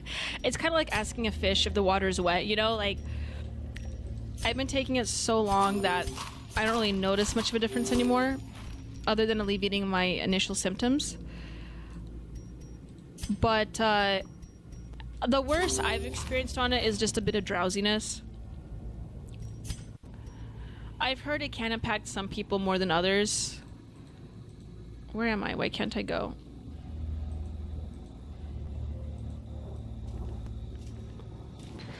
But for me, it was fine. A bit of Daniela lore, though. Like I was saying about the stomach problems. A soothing pale of light. I previous to working in politics, well, I worked in politics out throughout my 20s, but there was a period of time during COVID I went into the private sector, and I had to work in an office without any windows for a year, and it was in marketing. It actually wasn't a bad job. It was pretty good, but I started developing horrible acid reflux. I was 25. I started developing horrible acid reflux, like to the point where it did feel like I was having heart issues. So I went to the doctor about it. You know, I was asking for help. I went on a treatment plan for H. pylori, which is the only parasite that can live in your stomach. And even though I fixed that, I still had these symptoms. I couldn't eat without having like, why am I going in circles? There we go. Without having like serious complications, stomach pain, chest pain, breathing issues. My plague doctor's losing his mind. Buddy.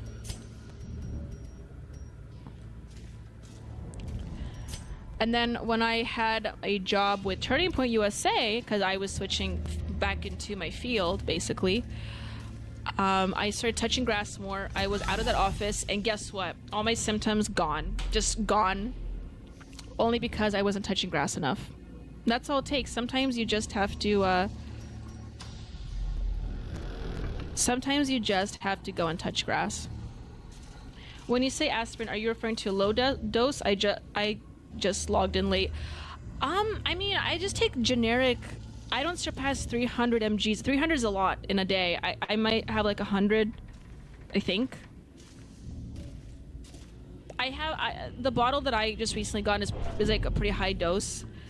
I just take like one pill, not every day. I don't take it every day. Like maybe anytime I feel antsy, I take it. But maybe a couple times, 3 times a week, 4 times a week, most. The only issue with aspirin is that if you take it frequently, what will happen is that you will bleed a lot. If you accidentally cut yours, just be aware that if you take it, you will bleed a lot if you accidentally cut yourself or when you're shaving. Just be careful. That's a trap. Cruel machinations spring to life. I used to With a take singular Carafate for acid reflux, but I became allergic to it. Yeah, I'm sorry, laissez-faire. The thing that really helped me was just eating clean and touching, going outside. Stress. Stress is a big one. It's always... Stress perhaps accounts for like 60% of all human ailments, I firmly believe. I was taking aspirin often for the month of March and the month of April recently. And then I traveled the beginning of May. I went to my wedding. I got married. And then that week I didn't take any. I forgot to bring it with me in my bottle. And I had returned home. Even the cold stone seems bent on preventing And passage. I had just forgotten about it. I think I read something on Twitter about it, aspirin not being good for you, and I decided to drop my regimen. And so all of May I did not take any aspirin. And then beginning of June now, I noticed I was getting a little bit more erratic. I was having more mood swings, okay? I just accounted it to like, female problems, who knows, right? Life changes. I'm looking for a place to move out to, just like you get erratic, you get mood swings. I did notice I was becoming more erratic. Really hard to concentrate. Like I know I have ADD, but this is like unusually, I am medicated for it, but I still can't concentrate. I have fibromyalgia-like symptoms, all aches and pains. And last night I realized, wait a second, what's the one change that has occurred? I hadn't taken aspirin for over a month. Now, the darkness holds dominion. And so what I think is happening is the inflammation has returned back to my body. And I'm not big on, and let me tell you guys, I'm not like this alternative medicine person, okay? I actually believe pretty firmly in the medical heterodoxy. Or orthodoxy, I guess is the correct term. Mainstream medicine. I believe in mainstream medicine, okay? I'm not like big on alternative medicine. So this whole inflammation doctrine, where people say that inflammation is a source of all aches, of all ailments, I'm not big on. But I will tell you, when I took that aspirin last night, all my symptoms vanished. Brain fog, gone. Didn't have mood swings today, okay? Fibromyalgia, like aches and pains, gone. I slept well. I was having insomnia again last month. Sleeping issues, gone. So, something to consider. Inflammation is a big source of a lot of our problems. And one of the main causes of inflammation, of course, it's the pollutants that are in the air now. Also stress. Don't want to stress yourself out. Stress, pollutants. Thank you, Entropy Nomad. I appreciate that. Okay, let's focus here. Press this advantage. Give them no quarter. And if there's other ways, if there's more natural ways that we can alleviate inflammation, certainly would look into that. But obviously, aspirin is like the most convenient way of doing so. So.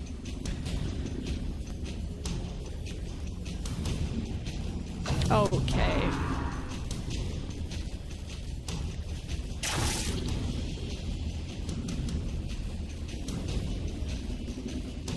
I'm gonna make my own diet one day. I'm gonna out-Pete Ray Pete one day. I think Ray Pete is correct in a lot of things. Again, I do think he emphasizes a lot on sugar. I know sugar can be a hormone regulator. I don't have any hormone issues, but I know that it's a common thing with a lot of people these days. But I just take it with a grain of salt, Turmeric. Yes, thank you, laissez-faire. Turmeric. I need to use more of that stuff. That's another anti-inflammatory that's really good. Ginger, too. I think turmeric, ginger. Citruses are very good for you. Look at the joint supplements. I will have to do that, Nelson65. I know I am susceptible to rheumatoid arthritis, so...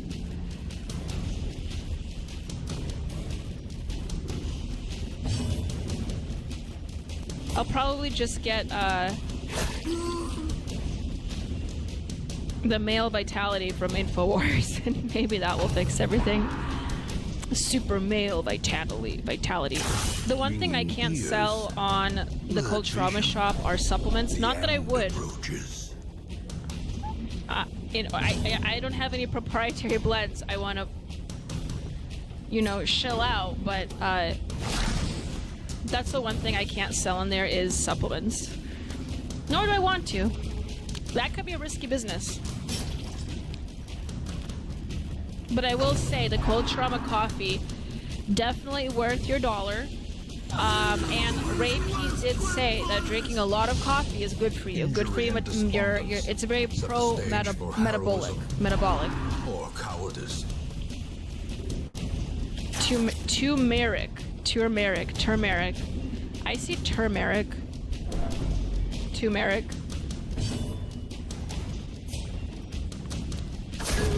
This one guy won't die.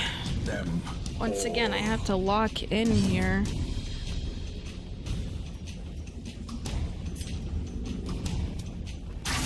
Their formation is broken. Maintain the offensive.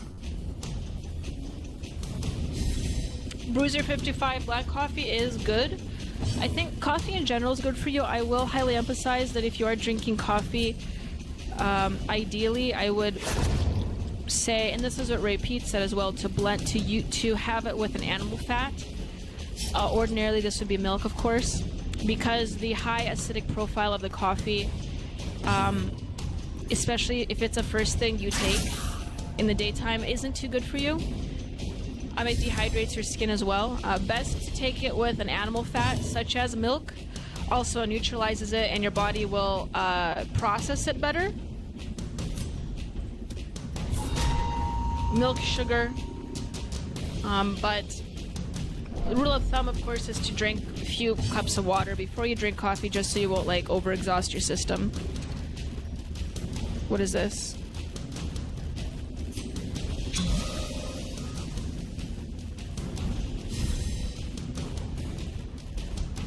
I never tried the apple cider vinegar thing, laissez-faire, bro. I think I drank it one time and it just one-shotted my stomach. The heartburn was not worth the risk there. Can't risk it for the biscuit on the apple cider vinegar. Did you guys see that clip of Jordan Peterson talking about apple cider vinegar on Joe Rogan? I might have to pull that up. It's a classic. As the fiend falls, a faint hope blossoms. These Okay, we got Jade, we have Deeds. They can be beaten. Monies.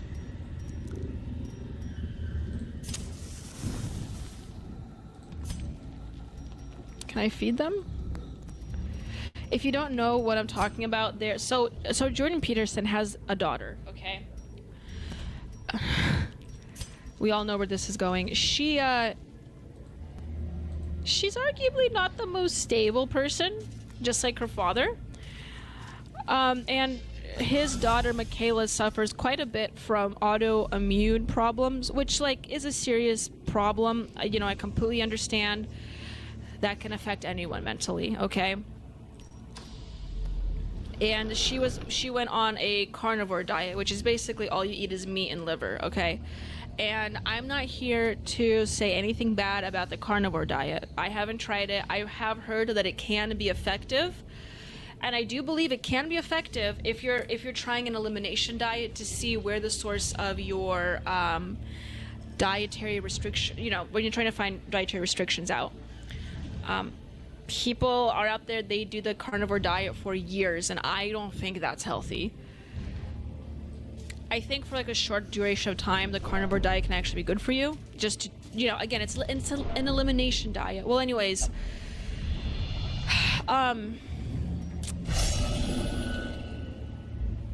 oh, my plague doctor became masochistic. Those who covet injury find it in no short supply. So when Jordan Peterson was going through his drug issues, if you guys remember, when he had to go to rehab, he went on the carnivore diet with his daughter, and he had to basically not eat anything but meat. And like after that period of time, he went to Joe Rogan's podcast, and he talked about how he was starting the process of reintroducing other food into his diet, and he had a panic attack after he had a few drops of apple cider vinegar on a salad. Okay, I might pull that clip up. It's a classic clip. It's one of my favorites after we play this, after the next few rounds of this game. But yeah, if you just look up like Jordan Peterson apple cider Rogan and you'll find it. Yeah, Nelson, I don't know. The plague doctors are not the most durable people. Now my new plague doctor is stressing out again. I wonder if I can give him something. No, I don't have any. I can't even use it on them.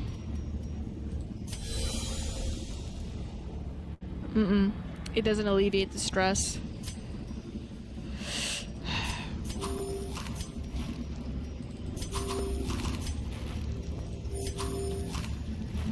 What relieves my stress is eating food, so it doesn't seem to help them. The darkness holds much worse than mere trickery. Oh. And boogeymen.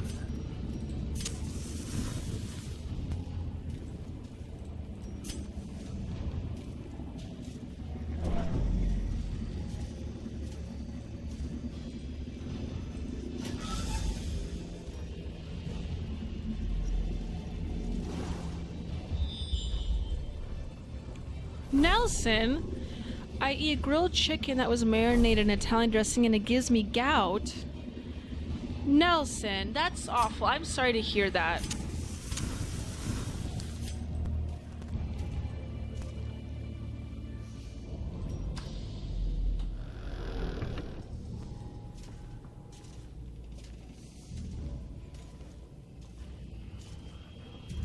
Leo can't eat chicken, by the way. For those that don't know, Leo is my dog. Here he is. But, yeah, Leo is allergic to chicken, so he has allergies of his own. Nelson. Maybe you can relate to Leo that way. I don't know, but, the only thing that works for me to get rid of inflammation is dark cherries. That would be the antioxidants. Yeah, I'm trying to incorporate more antioxidants in my diet. Another trap. Damn it. Ambushed by foul and my invention. occultist too, guys. They're gonna die again. No, not him. Him. I'm gonna run out of food.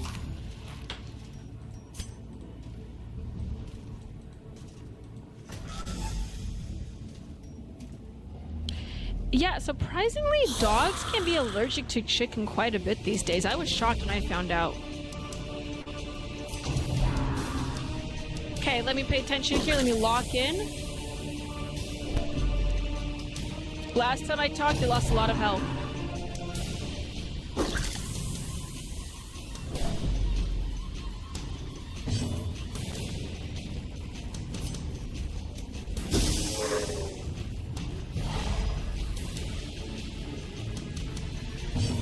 Okay, flare.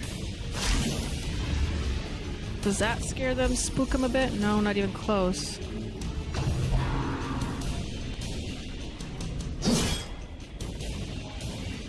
Yeah, I'll share Leo's story in a second. Let me just try and The wounds of war pass this can without be dying. healed, but never hidden.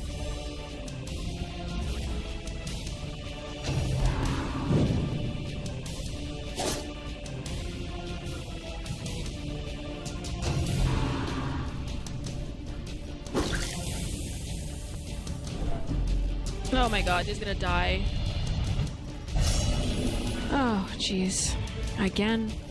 Fear and frailty finally claim their due. I feel like if I'm gonna keep healing them, it's just gonna waste time.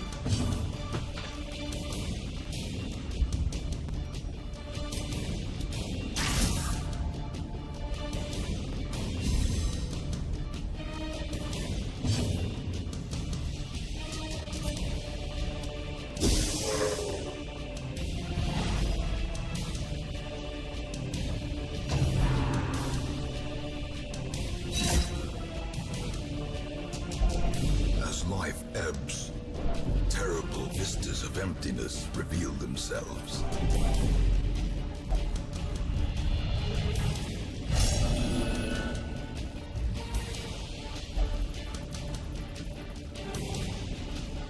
Well, my crossbowman just got abusive, so Soaks the soil, feeding the typical evil crossbowman, always abusive.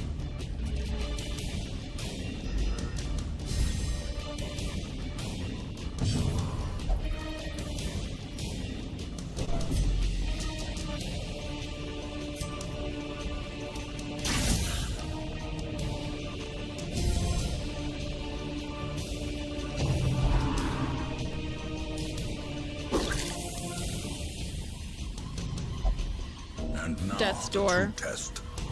Hold fast or expire.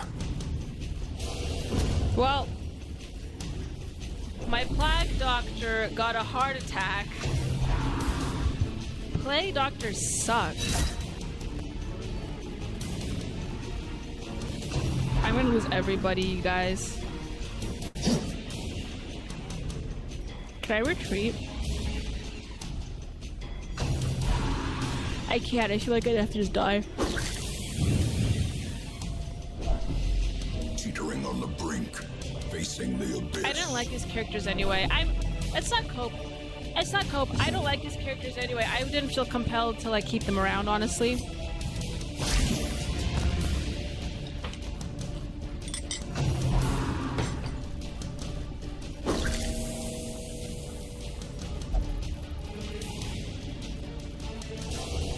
Survival is a tenuous proposition in this sprawling tomb. Great adversity has a beauty. We can visit them in the is the graveyard fact. later. She has paid dearly for her freedom. Let's check in on Dismas, shall we? Better than this place. He was in the brothel. Oh wait, no, he's gone. Okay, is this right here? Is this he feel better? Did he have enough tail to calm his nerves down? Okay, let's recruit some more people. We have another highwayman, Berengar. We're gonna put him right next to Dismas. They're gonna be great friends. Elusive, We have evasive, Coramiles, a grave persistent. robber, righteous traits for a rogue.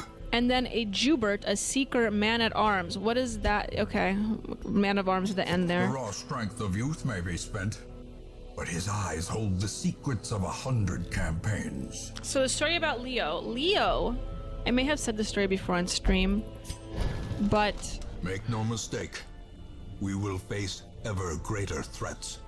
Our soldiers must be he ready. has really bad fur shedding The problems bellows blast once again. and weight gain The forge problems, stands obviously. ready to make weapons And of war. he had, you know, some problems with his poops. And so I took him to the vet, and during the entire like check. By the way, I stopped going to that vet because they were stealing money from me. That's a whole other story. But the doctor himself was running, you know, these tests on him, and they were suggesting I introduce another medication to Leo's diet, which he already had medication the year prior.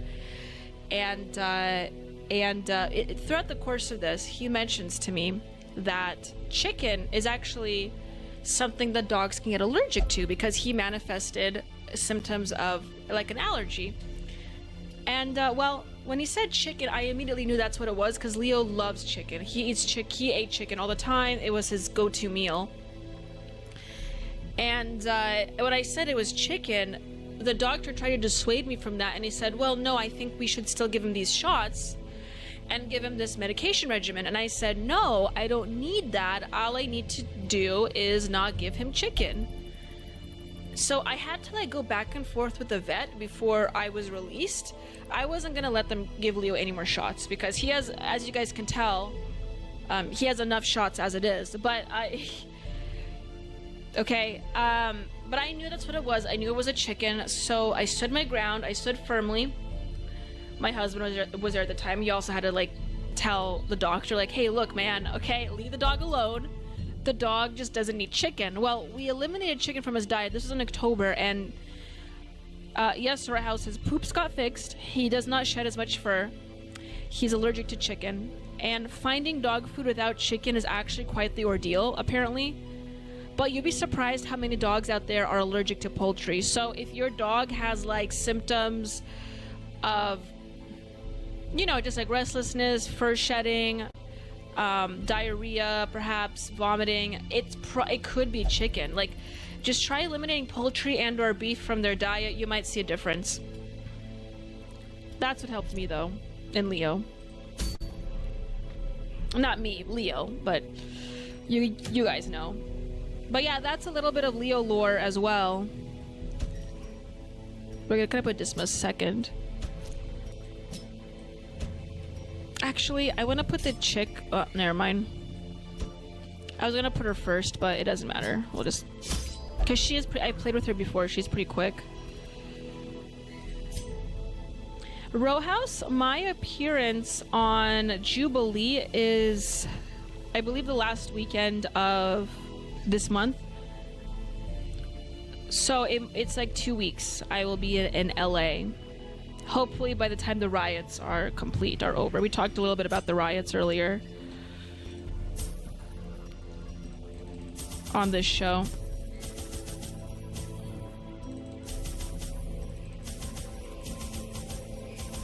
Costco has lamb dog food. I might have to. I've been going to just Petco and going to like the limited ingredient section.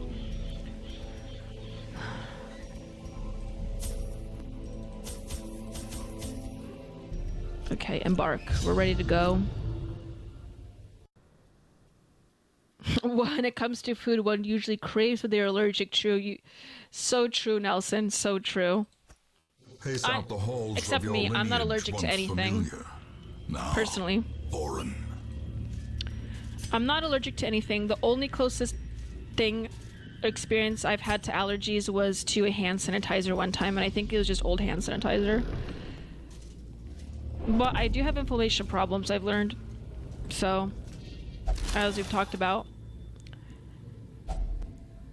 Okay, this is a time when I have to focus because I didn't focus the last 2 times and I lost like 7 people. So let's see how far I can go without losing my entire crew. Another trap. Cruel machinations spring to life with a singular purpose.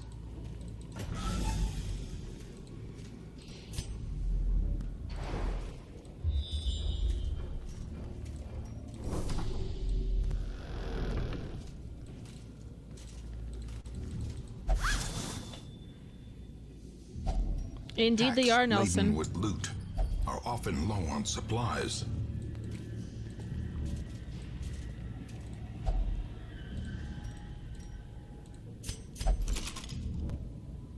It's trapped? That's great.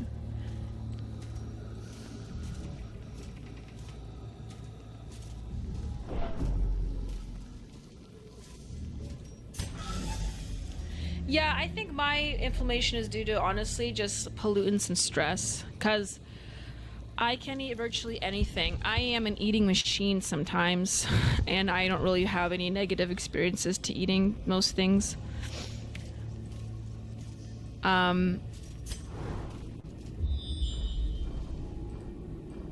Yeah, I don't know. I've never had any allergies that I'm aware of.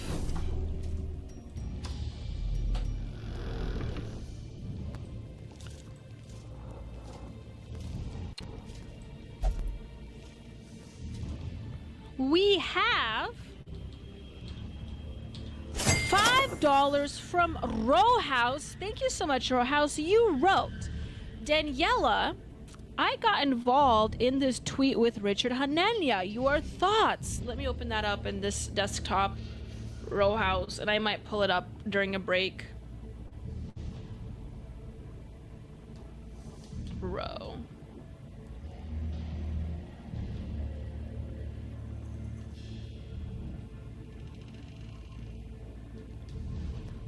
Good job, Row House. You may have gotten an episode with Sarah Stock and Richard Hanania coming up. Well done. I I need to get Richard Hanania on my show though next. Oh no, don't worry, Rowhouse. I'm gonna you don't have to worry about interfering, because I might take a little break for like 5 minutes and go back to playing after I beat these guys. Hold on a second.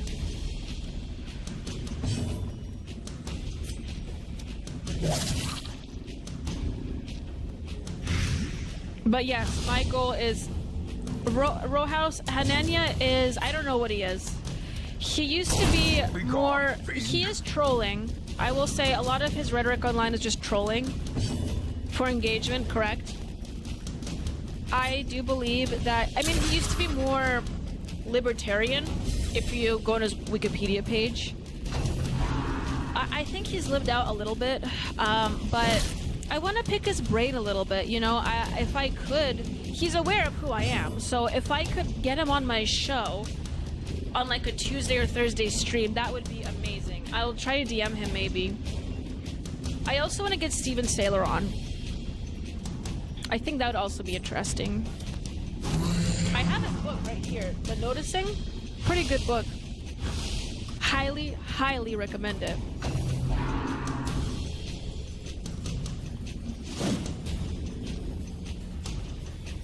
It's quite unfortunate that Steven Saylor has been excommunicated by executed with impunity by academia and many public professional circles just for positioning statistics or propping statistics out in the public like that. That's primarily what the book's about, but I highly recommend it.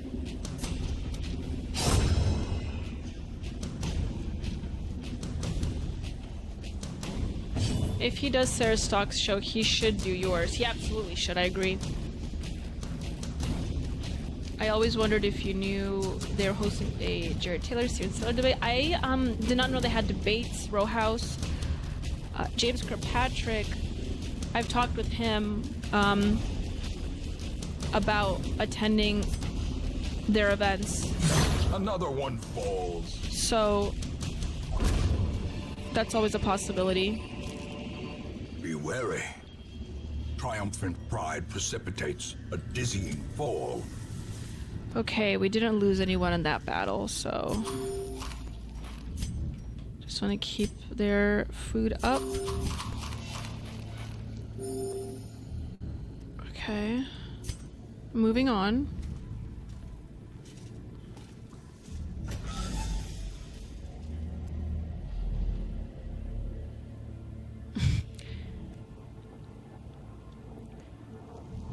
I did Rowhouse meet him. I met him at CPAC. He used a fake name to get in, but I did meet him at CPAC. It was quite interesting. A lot of young people were happy to see him there.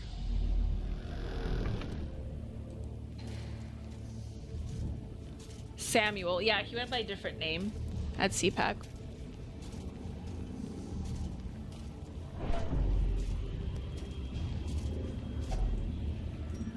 Oh, he was very pleasant, Rowhouse. He was very nice.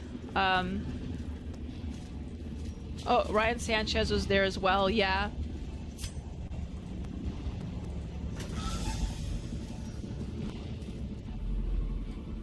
That CPAC was crazy. Granted, it was like election. It was before the election, so there was more of an attendance. I need to know where I'm going. There was more of an attendance. I wonder how active or how full they are this year. Or they will be, or they were. I didn't see, no, CPAC already happened. What am I talking about? Black as death. I hadn't heard that they were that active. Same with Turning Point USA, man. Like, I don't think they're that active anymore. That's why they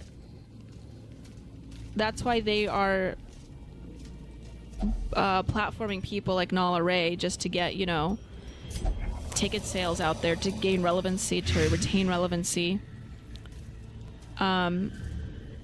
You're going to see a lot more, what you've listed, Row House, a lot more of these like DR type Mind that events such happening. missteps are the exception and not the rule. Did he? I didn't. Jack Pozo made a fiery speech this year. Well, it's a shame I missed that.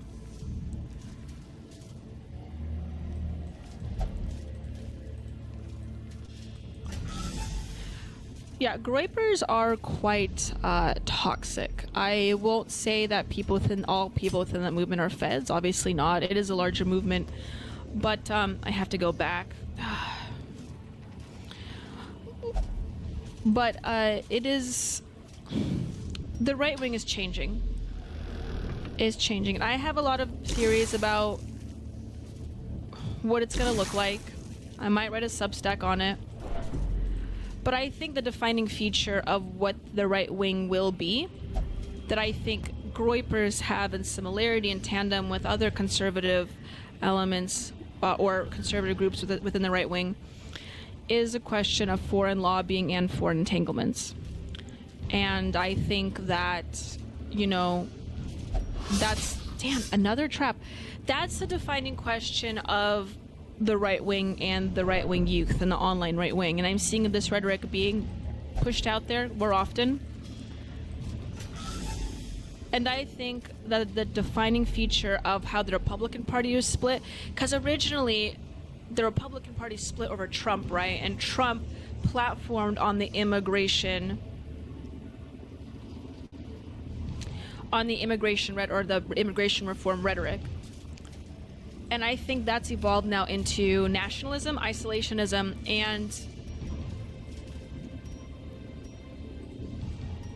and the non-inclusion of foreign actors and foreign entanglements. Where are legislators getting their money from? What nations, what foreign actors are they working with? Things like that. The neocons are dead, they're gone, yes, Row House. And I think that's the thing that groypers, libertarians, a lot of from groypers to libertarians to whoever within the right wing, the young people, from the neo-Buchananists to the James Lindsays, never mind, not the James Lindsays, but a lot of the young people within the right wing want to see that change, and they want to see the foreign lobbying finally end. Okay?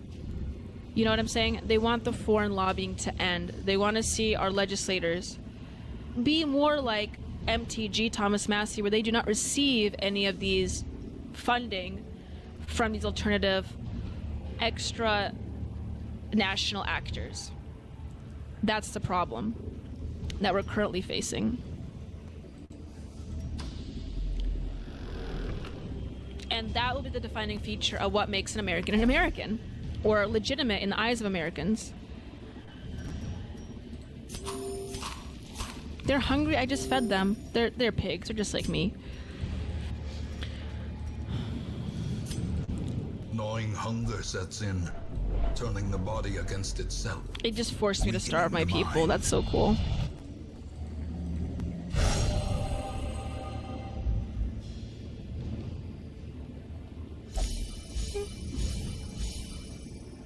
Death to the warmonger, death to the neocon boomer. The libertarian faction, Row House, with the Rand Paulites, I mean, they're certainly there. I don't know. I would say they're fairly large, but I cannot say they're that effective in the right wing, okay? And libertarians, of course, with any subculture, are pretty diverse in their beliefs. I mean, you had the Oliver types, okay, that are a bit more progressive in their beliefs, and then you have the more right-wingers. Libertarians just need to get their act together, obviously. They need to embrace who they are, and that is mercenaries. What did you say about James Lindsay? Yeah, well, the James Lindsay types are a house. Same with the Joel Berrys and all that. They are... I think what's happening is that they are aware, they see the writing on the wall that the young right-wing movement want to sever ties with these foreign connections, and depending on where people get their money from, whether it's Qatar, whether it's Israel, whether it's China, whether it's Russia, they don't want that to end. And that's why people like James Lindsay, Joel Berry, maybe even parts of Turning Point USA don't want that to end. That's what I think is happening. Again? No force of will can overcome a failing body.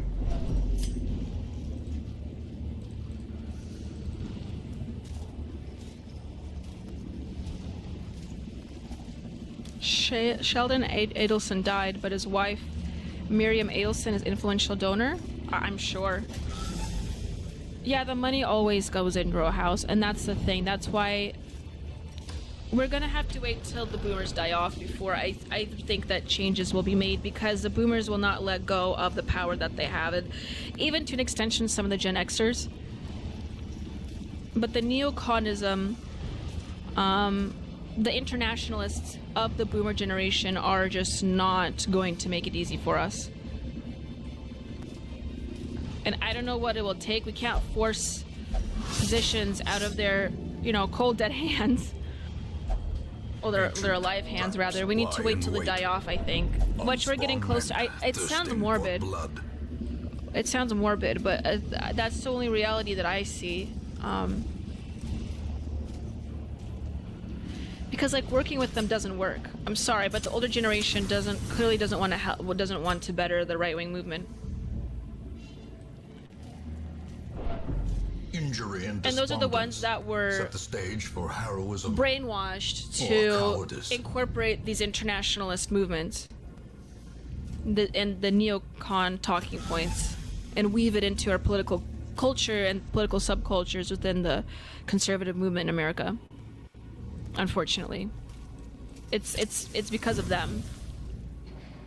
Row House, that is so kind of you. I see you as a potential new leader. I wish. Time will only tell. I don't know. I mean, it just depends on how things go, I guess, right? I certainly see my viewpoints. If I will say this, I certainly do see my viewpoints retaining relevancy and become mainstream as the years go on. I'm trying to go to a room. Why isn't it? I have already... Oh, no. I want to go back. If I choose a room, I have to lock in and just go there.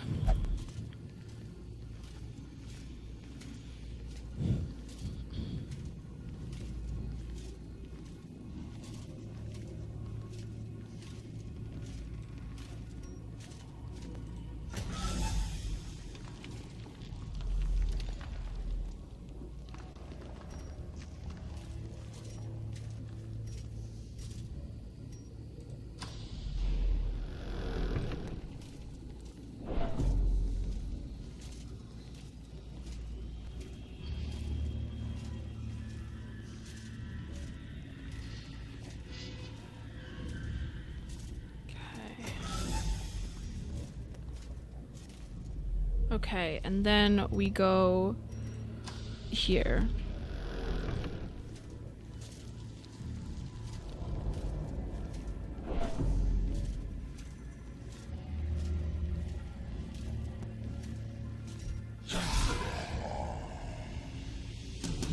Now we better match. Here we go. Oh, wait. Not sure if you follow her, but Daniela would need a part of Washington that would vote Republican. Yeah, Row House. Washington's relationship with the Republican Party goes in deep. Blow to body and brain. I will say, there is no clearer representation of a single party system like here in Washington. I truly believe that the Republicans and Democrats do work together hand in hand here in Washington and in a lot of blue states, but mainly here in Washington.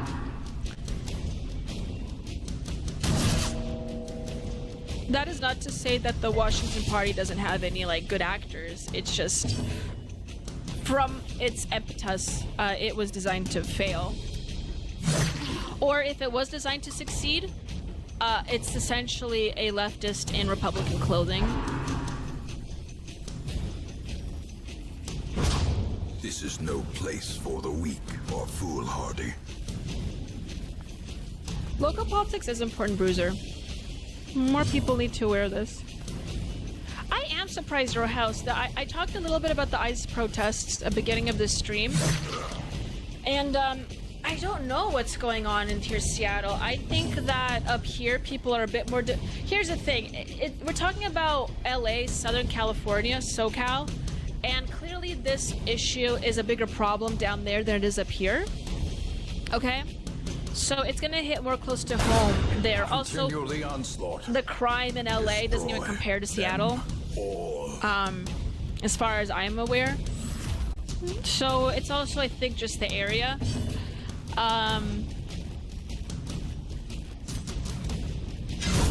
But I would say I'm a little surprised that Seattle there's not much of these activities happening, like you see in LA right now.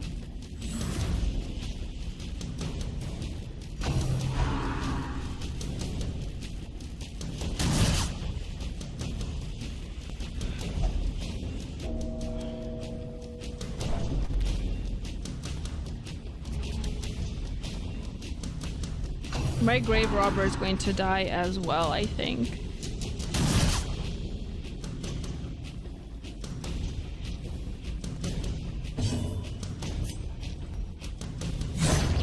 Annihilated. Okay. This expedition at least promises success. Row House, what future would you like in politics? Good question. Okay, so that's a very big question, and I would love to answer that. And I will answer that in a second here. But let me see where I'm going. Because I don't know if I can... exit through this way, but... What... So...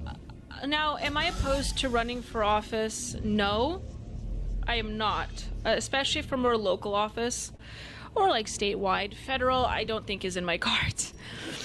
There's only so much politics I can withstand. Now, field politics. Oh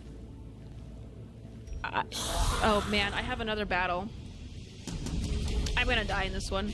I'm not prepped for this one. But what I've come to find out, Row House, is that I'm a very academic person, and I typically do the best in fields that are oriented either towards policy analysis or just academia in general, as far as policy and politics are concerned. So that's why I think I would get into more like policy analysis, think tank work, research-based work, and that's basically I'm working for an organization now that's pretty much similar. But ultimately, I see myself, and I don't want to sound too much of an egoist here, but more ashes. And I don't know how successful I'll be, but I do see myself working towards proliferating certain ideas through writing or thought leadership of some sort, the enemy crumbles. rather than like running for office, so to speak. So clearly if that means I become more of like an affiliate for an organization like TPUSA, although I wouldn't want it to be TPUSA, I'll just be honest there, because I don't know how their future looks. I wouldn't be opposed to that, okay, but I would rather just like write and propose my ideas through the written word, or if it was of some service, like something like policy analysis or research through think tank work.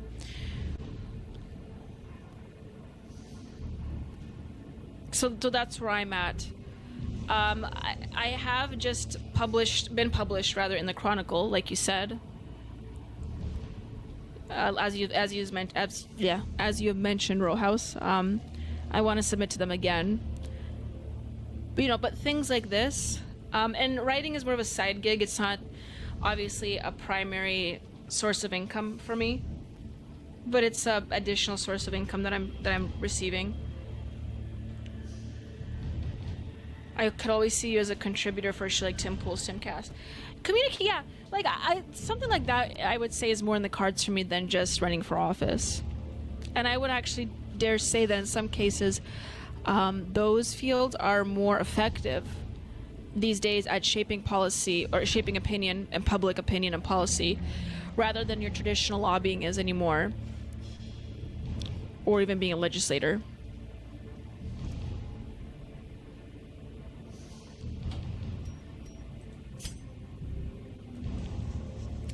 No, but my goal is to be the next Camille Paglia. That's what I want to be.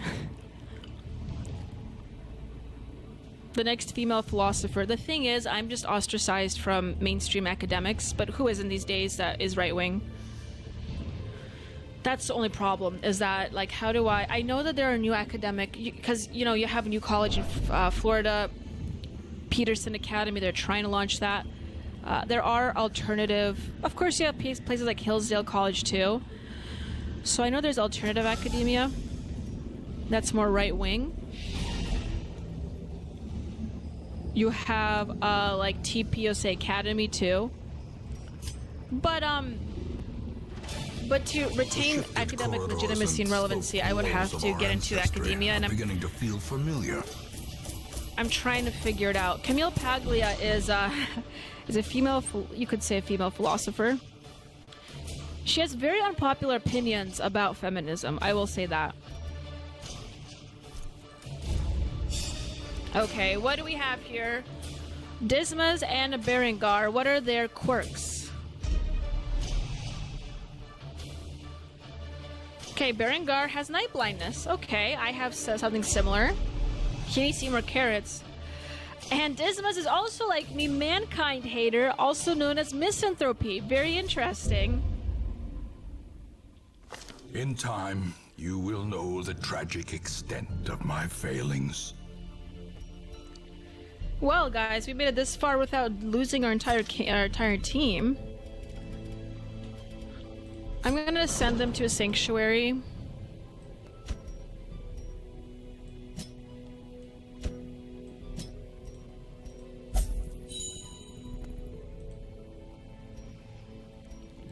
Okay, you can rest in the cloister. A sanitarium. I don't think they need a sanitarium, do they? It's pretty pricey, is it not?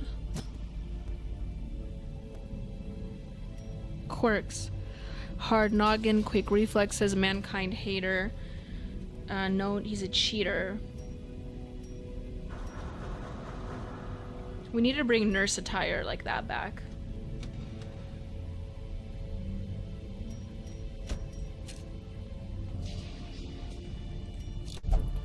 I don't think I'll send them to the sanitarium. Guild. I think a tavern. Dismas can go back to the tavern. He'll go to the bar, drink a little bit, drink your cares away. Who's that? The caretaker's currently in the brothel. Such pretty things, my pets, my pets. Okay. The gambling hall, very interesting. Oh, row house, don't even get me started. Black academics lecture whites as privilege, toxic diseases that need to be eradicated. Yeah. Don't even get me started. I had a first-hand account of this when I was in college, but it's just disgusting, the stuff that you can constantly see come out of the colleges. And I do think people are getting tired of it. They're waking up to it. They're getting tired of it. Your average American is disgusted with what they're seeing come out of the colleges. I really do think so. The only problem is your average American isn't doing anything to change it because they're too busy surviving in the economy. And that's why the economy, I think, partly why is so bad. We sold it out to immigrants from third world nations, non-European nations, ones cultures that aren't compatible with our own. And meanwhile, as your average American is trying to survive and compete with the global job market, apparently with the H-1B visa program and so forth, they do not have the resources nor the time to even reform academic systems or any other major institutional systems, because they are trying to keep us in a state of survival and to reclaim our nation back, unfortunately. And that's what we have to face with. It's the economy, stupid. Exactly, Bruiser. If you like what you're listening to, please subscribe to the Culturama podcast.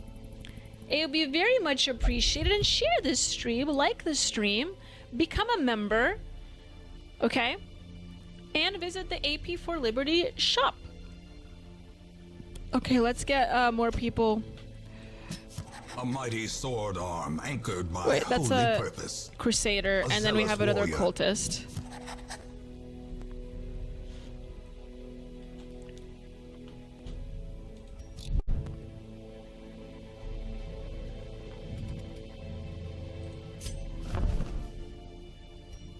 I don't have that kind of money. What do we have? A Blightstone is $5,000. A debuff stone, $5,000. Yeah, not in this economy. Not in this economy. I'm looking for a place to move into. I'm in the process of doing that now. And the rent market is abysmal. Abysmal for two young, you know, a young couple. Abysmal. And the requirements to rent are like crazy now. Well, I wouldn't say they're crazy, but like we had to submit our bank statements and everything, and it was just, you know, unnecessary. We have to wait a month, but we will move out likely in a month. So Culturama will be put on a brief hiatus when we are moving by the end of this month, most likely. If everything works out well, prayers and thoughts would be much appreciated. But when we are moving, Culturama maybe have to be on a brief hiatus for like a week or so, just so you guys know. But that's not for another month, or I guess a couple weeks. Just so you guys know, you know. It will be a short break, Row House, don't worry. Culturama will continue, of course. I don't feel good not streaming. When I was gone the first week of May, remember when I was gone? I didn't like not streaming.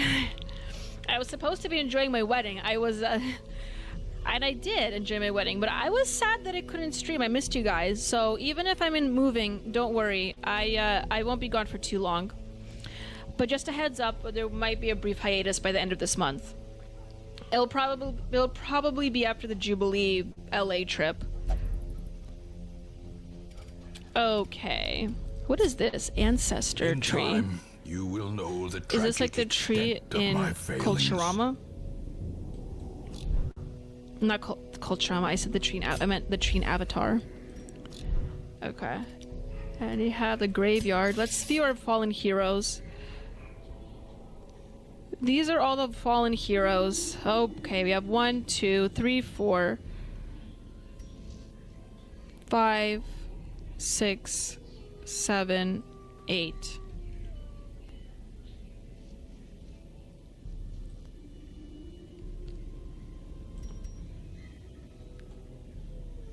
Oh, it tells you what they died from too. My goodness. Okay, you guys, are you ready for one more couple, maybe a couple more expeditions? It is still warm in here. These stage lights. I might have enough in me for another expedition.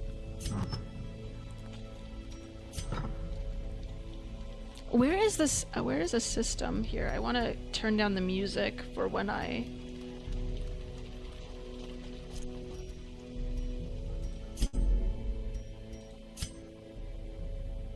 Those are the controls options.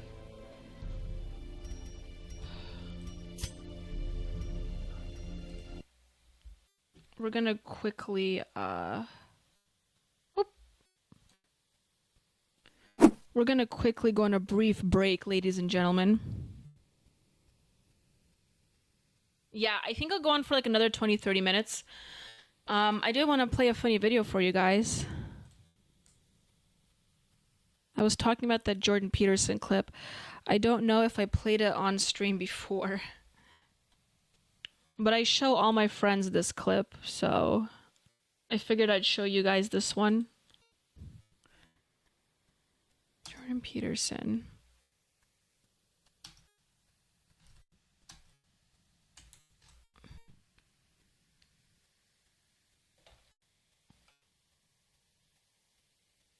Okay, you guys.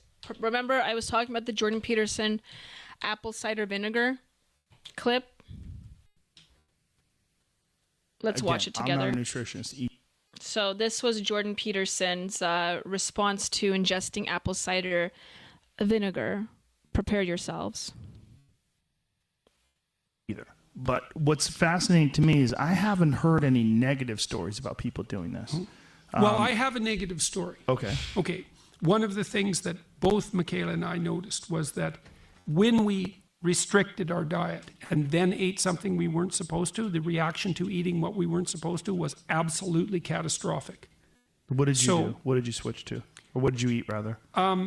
Well, the worst response, I think we're allergic to, or allergic, whatever the hell this is, having an inflammatory response to something called sulfites. And we had some apple cider that had sulfites in it, and that was really not good. Like, I was done for a month. That was the first time I talked to Sam Harris. You were done for a month? Oh, yeah. It took me out for a month. It was awful. Really? Yeah. So I would say, so this is right before this whole truth conversation with Sam Harris that got stuck in the mud. During. So I think the day I talked to Sam was like the worst day of my life. Not because of talking to Sam. Guys, but it was just physical. Oh, Jesus, I was so dead. But I didn't. The worst day of his life for ingesting a droplet of apple cider vinegar. I hope you realize. I know there's no flashy edits, no like quirky music. I want you to listen to this and ask yourself how normal this is. I really try to understand and consider what he's saying here. For those that don't know the context that have come into the stream, earlier I was talking about Jordan Peterson and how a while back, he went on an elimination diet, the carnivore diet that his daughter was doing. And when he was reintroducing foods back into his diet, he described how he had a salad with a bit of apple cider vinegar on it, and he ate it, and he couldn't sleep, and he had the worst day of his life. I didn't want to not do it. Apple cider? Like, what was it doing? Sulfites in it. What was it doing to you? Oh, it produced an overwhelming sense of impending doom. And I seriously mean overwhelming. Like, there's no way I could have lived like that if that would have lasted for... See, Michaela knew by that point that it would probably only last a month, and I was like... A month? Yeah, from a month. Fucking cider? Oh, I didn't sleep that month. I didn't sleep for 25 days. I didn't sleep at all. He didn't sleep for 24 days, guys. He didn't... Is that even... Does he say that for real? Didn't sleep that month. I didn't sleep for 25 days. I didn't sleep. I'm sorry, 25 days, guys. He didn't sleep. ChatGPT, can you not sleep for 25 days? Wouldn't you go like, how long? No, I just want to ask, how long can you go without sleeping? Oh, geez. How long can... Okay. No. How long can a human go without sleeping? I'm not asking the thing itself. Okay, guys. I think for the first time ever, we have caught a liar in our midst. Jordan Peterson. The longest recorded time a human has gone without sleep is 11 days or 264 hours. Okay? This was set by Randy Gardner in 1964, blah, blah, blah, blah, blah, whatever.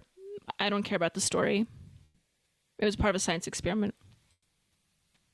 But the longest recorded time a human has gone without sleep was 11 days.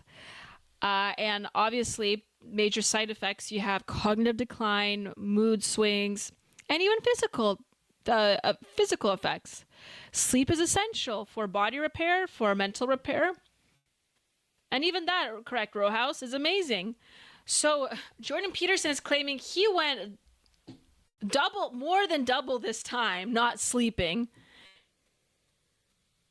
This man is a miracle. If he went on 25 days without sleeping, surely he must be hyperbolizing it. Maybe he meant like he partially slept, or he had a poor sleeping for 25 days. But he did not go. Did he say that? He says he didn't sleep for 25 days. Let's hear that again. Could have lived like that if that would have lasted for... See, Michaela knew by that point that it would probably only last a month, and I was like... A month? Yeah, from a month. Fucking cider. Oh, I didn't sleep that month. I didn't sleep for 25 days. I didn't sleep. He straight up says that he did not sleep for 25 days. There's no way, there's no chance in hell that he's being honest here.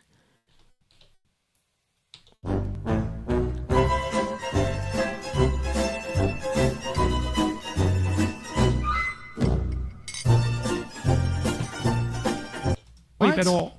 I didn't sleep at all for 25 days. How is that possible? He didn't sleep I'll at tell you all how for it's 25 possible. days. You lay in bed, frozen in something approximating terror for 8 hours, and then you get up. Oh my God. Oh yeah, not and good. this is from fucking cider. From cider. That's what we thought. Yeah.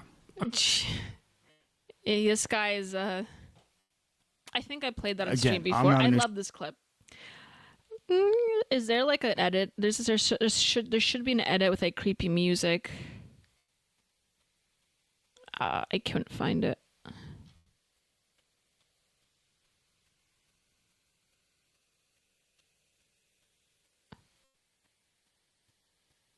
There is so many enemies on the left. This guy's a leftist. He makes animations of right-wing people. It's kind of funny. This one's probably, no, it's 4 years ago. It's not new. Have to remain in his coma for several more months. That's We'll Jordan be Peterson. feeding him pure meat through a tube just like you asked. In the meantime, let's go party all over Europe. When people think of happiness or pursuing happiness, the first thing they think of is, well, it's a pretty selfish desire. I want to be happy for me. I mean, after all, who wants to be unhappy? But I'm here to tell you that, in fact, happiness is far, far, far... That's Dennis Prager, for those that don't know.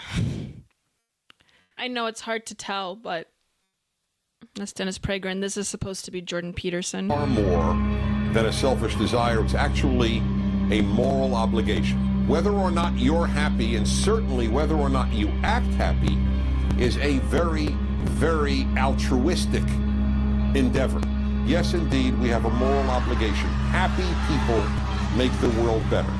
Unhappy people tend to make the world worse. There's a scene in Pinocchio where Geppetto wishes on a star, right? And what it means is he lifts up his eyes beyond the horizon to something transcendent. And so he lifts his eyes up above his daily concerns and he says, what I want.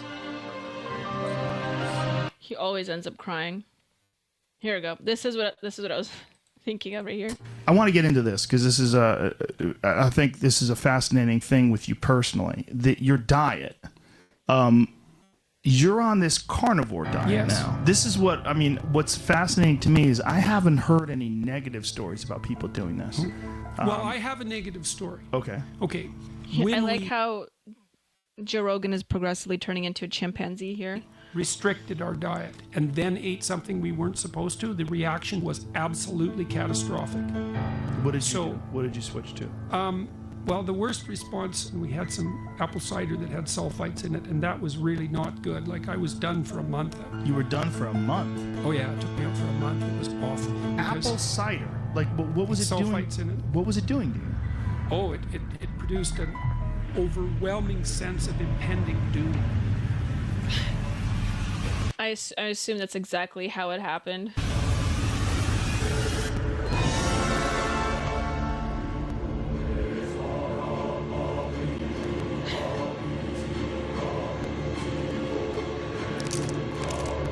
Come on over here.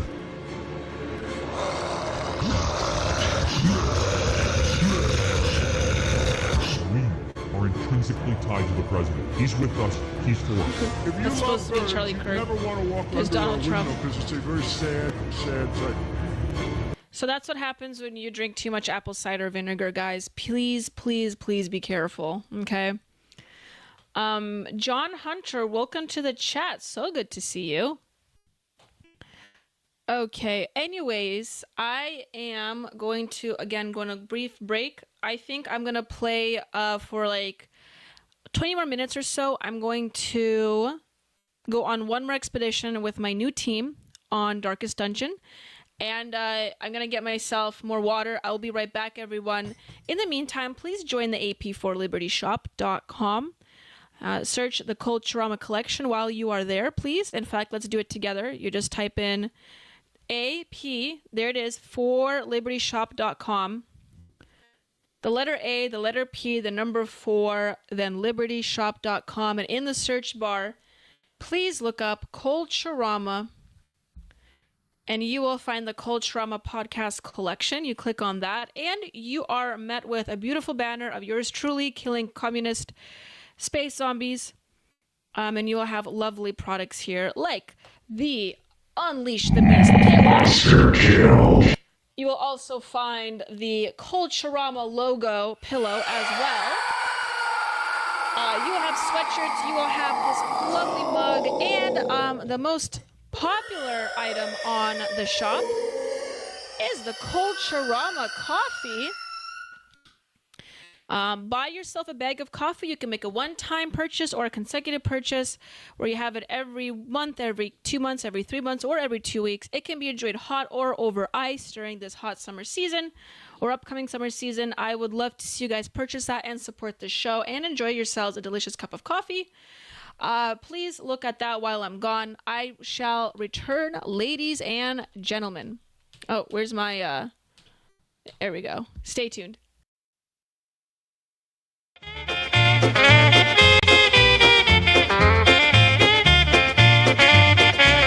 You know I'm standing firm while the world keeps a turn, trying to shake my freedom, but I ain't gonna frown. But darling, darling, hold your goblin hand. All you both can dictate, but I'm learning to stand with the spirit of the wild. Yeah, I'm ready to fight. I know my spanking soul. I got my eyes open. Heavy, I can't sway. I'm fighting for its rights. And call me the free range mind.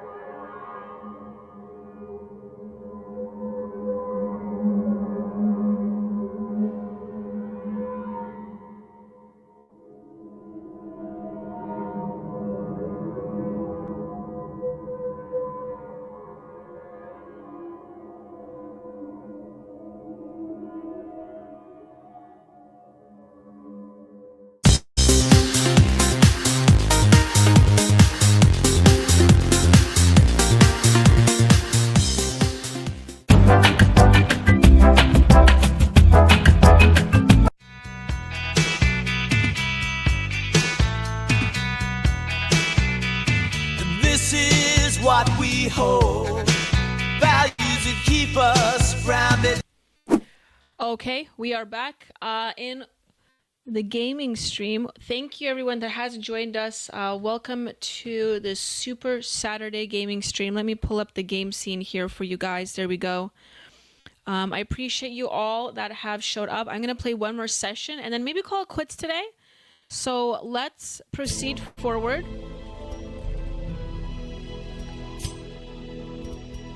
Save.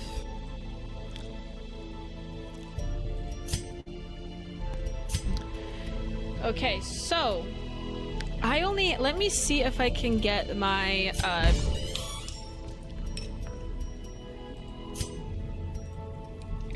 members back, so I'll have 4 people.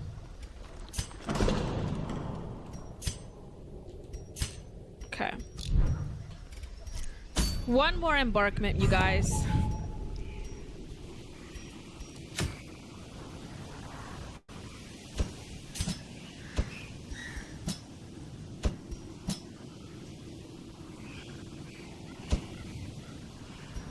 I get mushrooms if I win this one. A diseased herb. Okay, we're gonna purchase a bunch of these.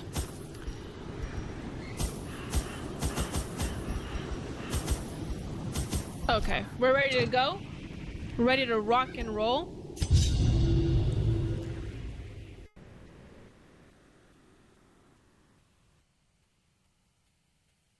Please like and share the stream, everyone. Pace out the halls of your lineage once familiar, now foreign.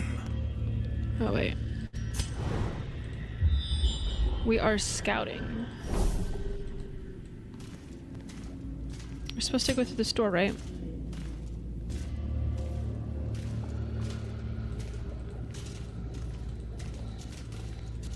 Okay, it won't let me go through that door.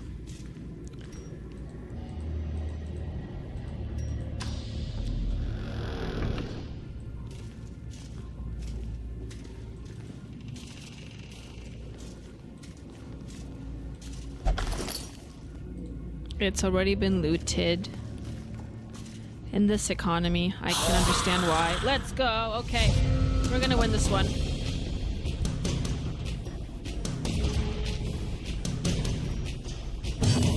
Come on, Dismas. Let's show me what you can do. That's right. That's right.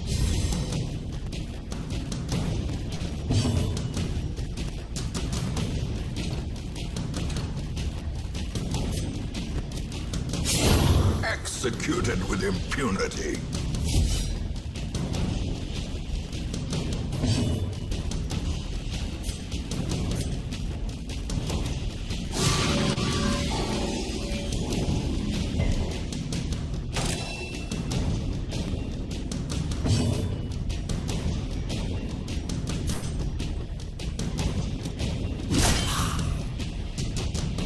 The corpses are very easy to eliminate, actually.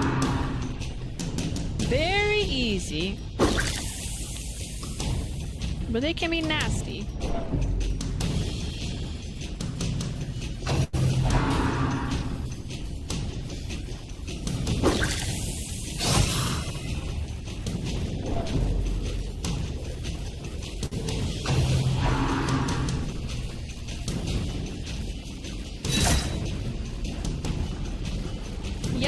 Hunter. So Culturama is the theme is like an old American aesthetic, old Americana, 1950s. So I will usually, there have been probably a couple Saturdays I was a bit more casual, but for the most part, 99% of the time I will dress in vintage clothing for this show. And that's sort of the aesthetic I go with.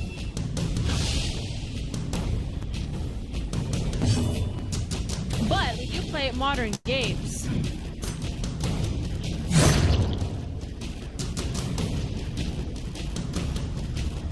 If you stick around, you will listen to some of the old-timey music we have when I do my outro. Okay, let's see here.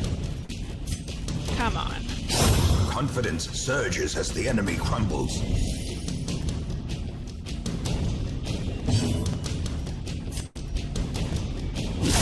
Begone, fiend!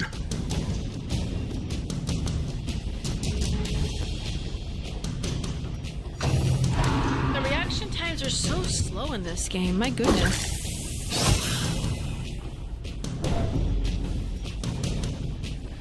John Hunter, I talk about primarily politics and news. So I stream three times a week. Let me make this quieter. I stream 3 times a week. I stream ordinarily Tuesdays and Thursdays. And those are my usual podcast days. I will talk about mainly politics, news, philosophy. Usually it's just news. Like social, culture war stuff. And then on Thursdays, pretty much the same thing. I do have usually a guest I interview on Thursdays. And then if I'm up to it, most of the time I game stream on Saturdays, which is like a special day of the week that it's more casual. I'll just game stream and talk about whatever. And I'll maybe like play videos or like talk about perhaps other things in the news, what's on my mind. But that's generally the schedule. So if you're interested in a more of the traditional streaming schedule, tune in Tuesdays and Thursdays. I start and insidious killer. I start every 5 p.m. PST every Tuesday and Thursday, and that is 7 p.m. Central. So that is the Culturama schedule, and I'd love to see you there. And we usually have more viewership on those days too. If the streaming gods are good to me. Another battle scene. Let's go. Okay, we're gonna do the hex. This one only has a couple more, like 1, 2, 3, 4 more rooms left. It shouldn't be too bad. I've been playing for like 3 hours now, so we're gonna after this one, we'll see how good I am. We'll see how good I am. How far I'll get through it.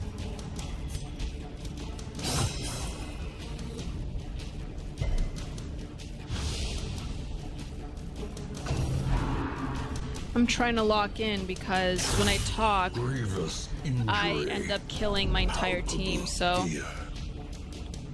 Mr. Pig, I just stopped yapping, so I should be winning now if I stop talking.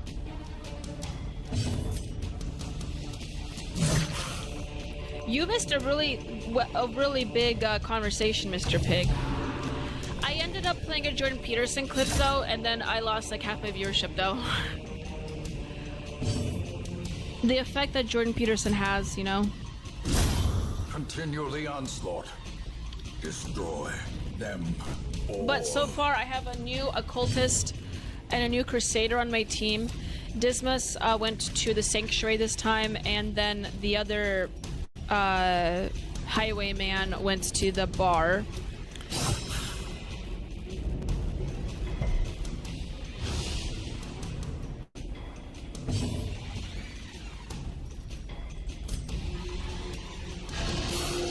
Oh, sick. That one has tentacles. Have you played Fallout before? I think you would have the vintage style of the game. John Hunter, yes. Actually, the first weekend when I started playing online, I decided to play out Fallout, what's called New Vegas. And it crashed my computer. So I have a console. We brought an Xbox back. I don't know anything about games. I have someone that does that for me, that like sets it up. But basically, I have a console now, so it might work. But the laptop that I'm doing this on it's a gaming laptop. But when I booted up and got Fallout ready, it kept crashing. I think there was just too much going on there, so I'm playing a little bit more simple games. Like then I played like Cuphead, I played Hollow Knight. Like I played more simple games that didn't render too much of the graphics, you know? But I think with this new console, I'll get another monitor, I'll hook it up, and I should be able to play Fallout again, because I really do want to play Fallout, especially for this stream. With the aesthetic and everything, it would work out perfectly fine.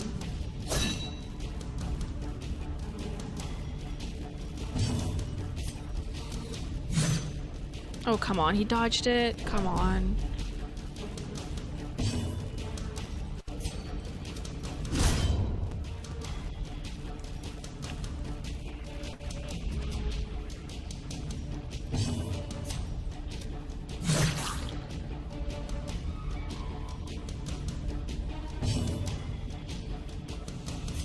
I did. Well, when I played Fallout, John Hunter, everyone called me a murder hobo. So that's the type of that's the style that I play in. If you are familiar. Hope blossoms.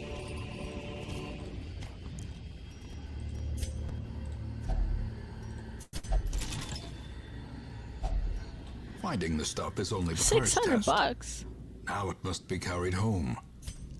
Oh, there's more rooms. Oh dear. I think I'll play a little bit longer. Oh man, another trap. We'll see how far my people get through. Ambushed by foul invention.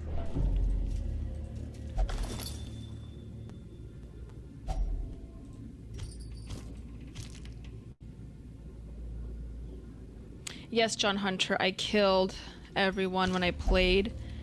And some of the people that were watching me that day, I had like 50 viewers. It was pretty good viewership. They weren't too happy.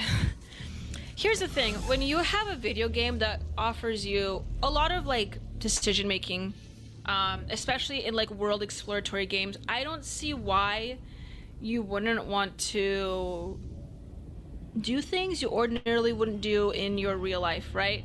So my initial thing, my initial like, I'm compelled to kill people in games. That's what I'm that's what I'm groping at. That's what I'm struggling to tell you, okay? When I play games like that, I just want to kill people. And you know, do things that I can't do in everyday life. That's not to say that I actually want to kill people. I just don't see why you would play a game where you have to conform to social mores like you do in every day, right? Because if you have the possibility to do that in a game, why not do that? I've been told I would enjoy GTA a lot for that reason, and I probably would. I probably should play that game on here on the stream at one point. I probably will. I'm just saying, like, if you can do that, why not just do that in a game, right? But maybe that makes me a bad person. I don't know. Anyway, but to answer your question, if I could play Fallout, I would. I'm waiting until I have better processing to do that. Oh, I need to get another. GTA is good to let out the murderous rage. That's what I've been told. Bruiser.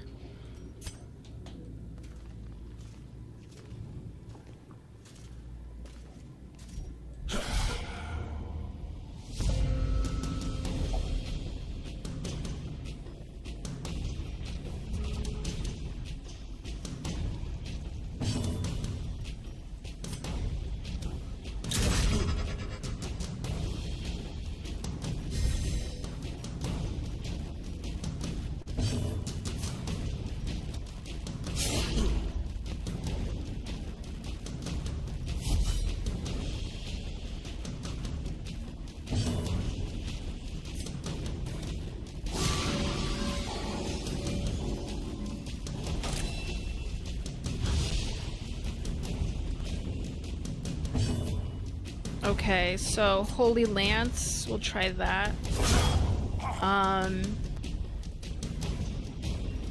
Yes, okay, we killed one of them. Okay, next. Dodged it, very good. That's why I like highwaymen. We like our highwaymen. They know what they're doing. He's been around the block before. He knows what it's like. Damn, I forgot to post a TikTok video. I was gonna post a TikTok video. I just remembered it.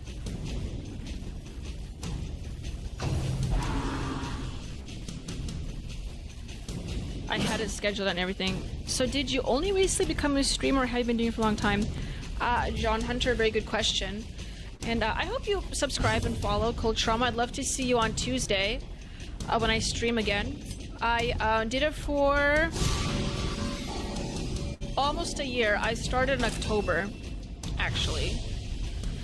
Late September, early October. I'm part of the For Liberty Network, Cold Trauma is at least, which is like, it's a group of us that stream. But it's a very political stream. But basically, to answer your question, I've been doing it for a year, and I like it. It's a lot of fun. It's a lot of fun. I've been learning to get through. I have a lot of lights, and that kind of like gets on my. I get migraines sometimes, but other than that, I actually like streaming. It's really fun. I'm just trying to find ways to grow it, you know. Which is why I play games too. But it's been great. I've had also injury and despondence. a lot of people in the stream that I interviewed. Like we had 2 interviews last week. I had people like What About History on for an interview. You know, I've had a lot of big people. And you could go back in the channel and see some of these interviews. Be wary.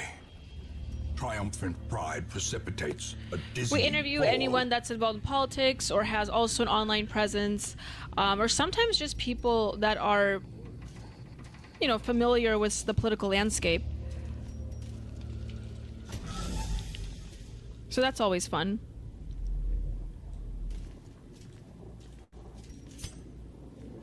I want to start hosting debates too, and I've been needing to do that. I just need to find a leftist or a left-leaning person that's willing to debate. I had one guy, but he kind of flaked on me, so I'm trying to find another one that's more left-leaning, so we can debate an issue. I'm gonna be the host, but I want to start a debate panel. I'm just also learning how to use OBS for that. But it shouldn't be too hard. I mean, like, you just add another window.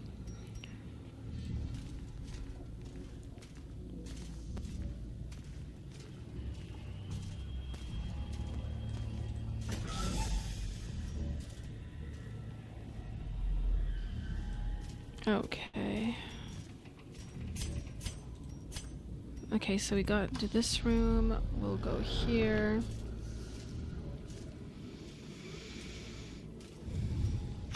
Okay, another fight. Let's go.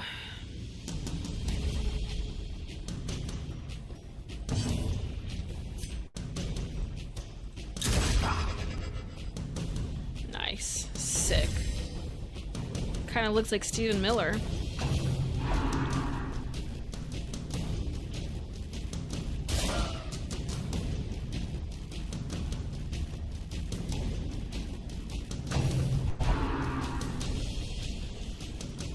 Okay. Oh, we all dodged it. Sick. Okay, we're gonna do the pistol shot next. Oh, I can't do that there. You gotta lure them in with the soy milk and then trap them in a net. Exactly. Exactly, John Hunter. Soy milk. The problem is I never buy soy milk, so I'm gonna have to take one for the team and go and actually purchase some. More destructive than 100 cannons. But I'm sure I'll find some. I've been on a couple lefty streams before. Oh man, my Crusaders of the Death's Door. Oh man, I gotta lock in here again. So I just need to hone in my networking skills and I'll find someone without having to buy the soy milk, but Precision and power. I don't want to. I've had soy before. I'm not opposed to eating soy. I don't think I'm estrogen dominant, so it should be fine. But because more and more people are becoming estrogen dominant these days, I highly would recommend not to indulge in the soy. I was talking about Ray P earlier, that's why I brought that up. Can I heal? I'm gonna heal him.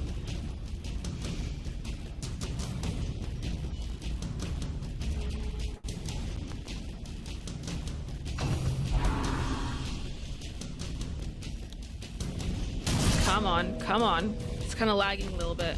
It's because I've been streaming for damn near 3 hours here.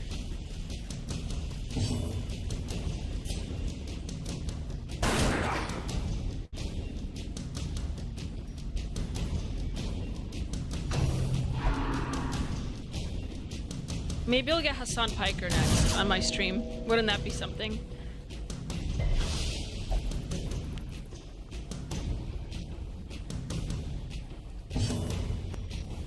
Let's do this. We get the weakest one of the bunch. Can I not? Oh, I have to do the last two.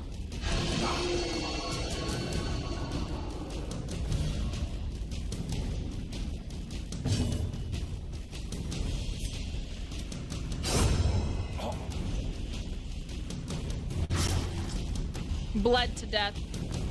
Got him. Got him.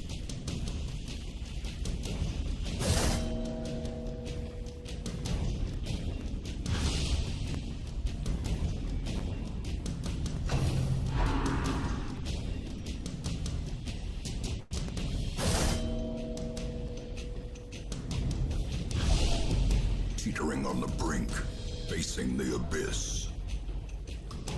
Facing the abyss.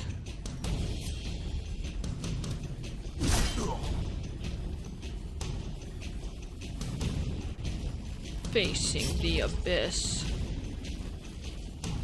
That's what a lot of the protesters in LA are facing right now. Actually, the abyss. More the abyss posed by the National Guard. Finally, the heat died down. It was getting pretty intense in here.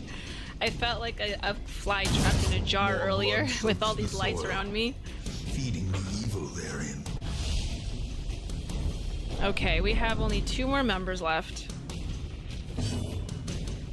Yes, John Hunter, you've deciphered the code. Russian, a little bit lore about myself. Russian was my first language. My parents came into this country as refugees from the Soviet Union. And so I was born here, 95. Russian was my first language. I had to learn English when I was like 5 for school. So technically, English is my second language. Although now it's a primary language that I speak. So I am Slavic. Can I not attack him that way? No? Oh, I have to shoot. I have to attack the corpse first. So, yes, this is why I have the accent that I have. Some people hear a lisp. Other, they think I have a lisp or a speech impediment. Most people hear an accent. So kudos, you caught it.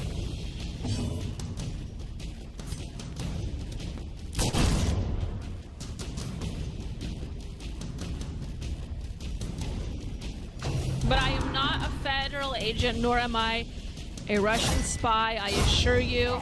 I'm an isolationist. I'm all American. I've lived here all my life. I am an American citizen. Okay. We just got a couple more. They're gonna die, though. My cult...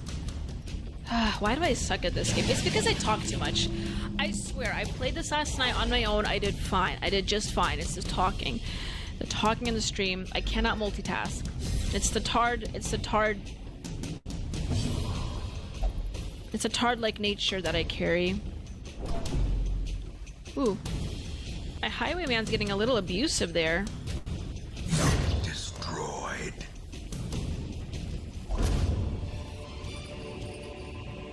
Foolish horrors. Brought low and driven into the mud. We only have... Do we only have a couple more rooms? I only have a couple more rooms to go, I think. And then I'll be good with this mission.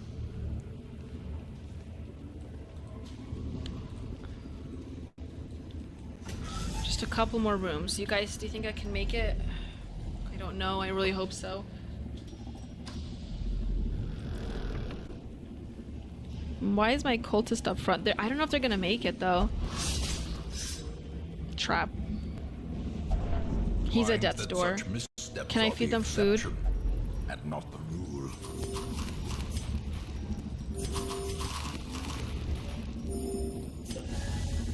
Does that give them health? I'm just gonna give them anything I have, right? Shoot, he's fearful. That's not good. Fear and frailty. What can I give them? Can I give them money? Damn. I can't give them holy water. That sucks. Okay, well, let's just wing it, I guess. I gave them as much food as I could give them. Careful now.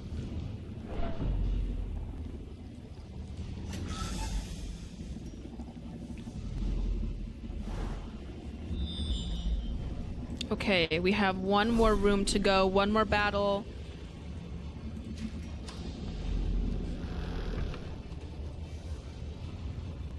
Just one more battle. I'm not touching any artifacts. I'm not gonna take that risk. Darkness closes in, haunting the hearts of men. Okay, they're corpses. They should be killed easily. I think. Let's try it out.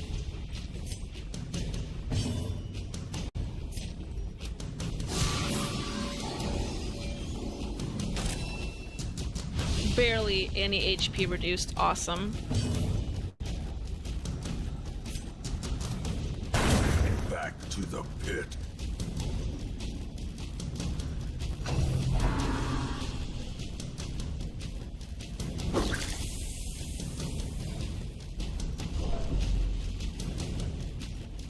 HP is decreasing.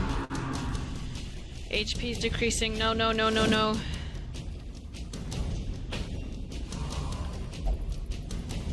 Protect me, help. Oh, he's losing it.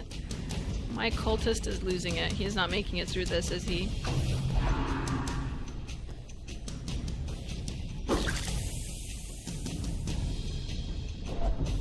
And now the true test.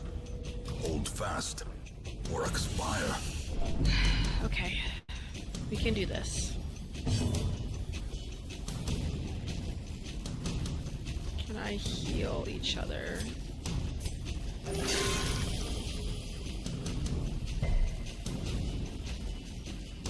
That was pretty good. That got back a lot of his HP.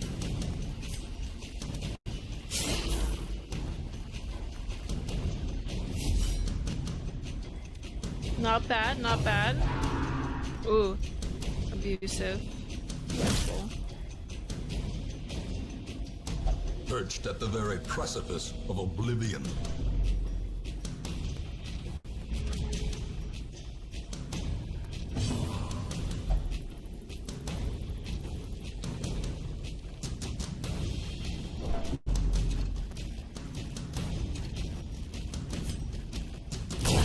Another abomination cleansed from our lands.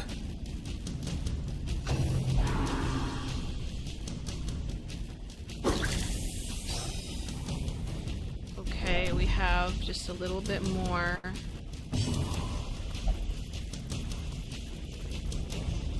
Just a little bit more. We can do it. First of all, let's heal.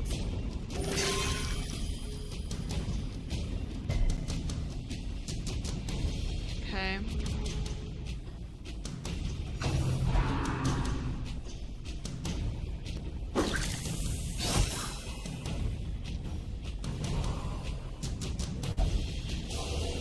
Oh no.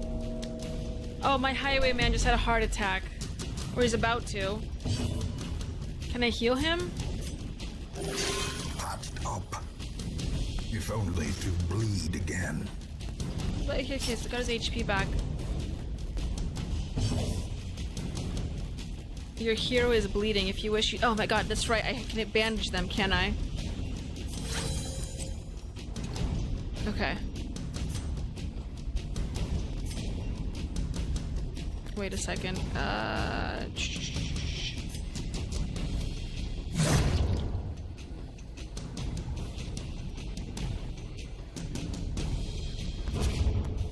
Nice. There's a fly in here. Okay, one more time. I cannot concentrate. So unsettled I am. It's okay, buddy. No, he just passed on his own. Really? Just passed his turn like that without my consent? Without asking the lady for any consent, he just passed his turn?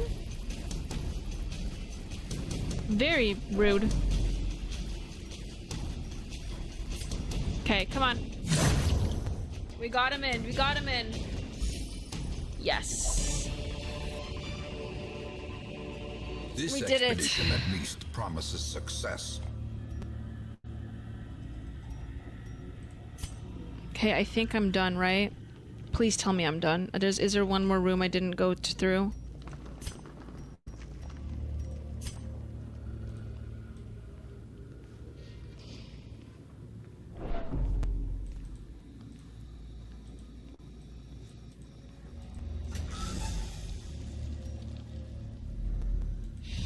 Okay, quest complete.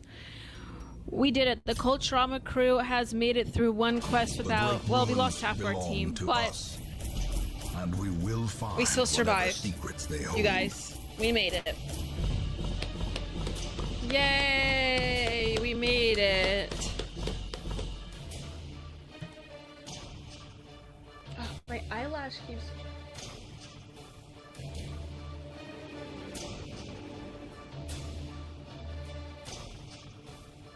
My eyelash keeps falling off. What quirks did we unravel here? The cultist has phengophobia. What is that? Phengophobia. It's the fear of daylight. Very interesting. Well, the more you know. Awash in blood and delusion. He Guys, bears we the made it burden of through 1,000 lifetimes. Culturama Gaming. Do you ever play against your husband, says Nelson65. Yes, we play like fighting games like Mortal Kombat. I win all the time.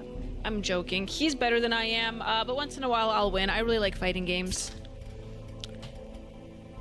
Anyways, you guys, I think I'm gonna call it quits here. The stream is obviously winded down. And I need some dinner to go eat. And I know it's late for a lot of you guys, actually, especially in the East Coast. I am so sorry.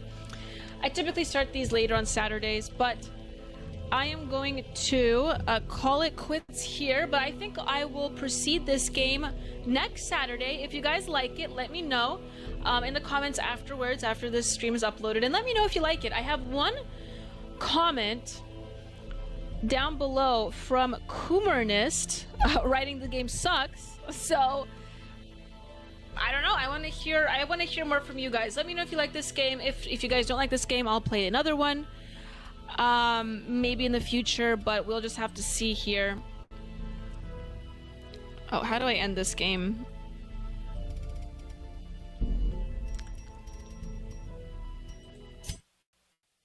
Okay. Well, there you go. My eyelash keeps falling off, and I'm not happy about that. That's so much for getting new lashes, right? Yeah, Nelson, my hubby doesn't want to be on the stream like that, so... Okay, guys, I'm going to do my outro. Give me a second. And I will call it quits here. Thank you so much for joining the Culturama stream, everyone. It was a blast today. We played for almost 4 hours in total.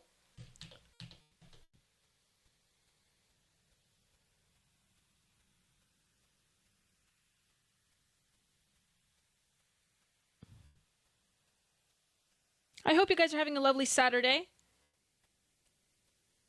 And I will see you on Tuesday. Let me do my outro now. Thank you so much for joining Culturama on Saturday Night Gaming. We will see you once again. I will see you once again on Tuesday, everyone. We have a lot more headed our way, a lot more news to cover. But in the meantime, let's reclaim the zeitgeist of America. Let's bring back traditional old Americanist values, nationalism, and love for our identities and our countries once again, everyone. God bless you. Fight the good fight. And I'll see you guys on Tuesday. God bless. I said that already. Spend time with your families. And go to church tomorrow if you can. And I'll see you on Tuesday, everyone. God bless and good night. With a flagpole planted firm, golden dreams that won't decay, marching proudly through the day.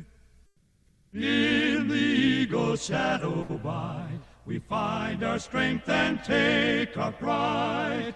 Let the voices echo loud, tearing through the waiting crowd. We've got the power now, in the heart of every town. We've got the power now, the Reds are going down. the plains and mountains tall, hear the victory call. With courage and with might we strive in the light of freedom's guide. We got the power now in the heart of every town. We've got the power now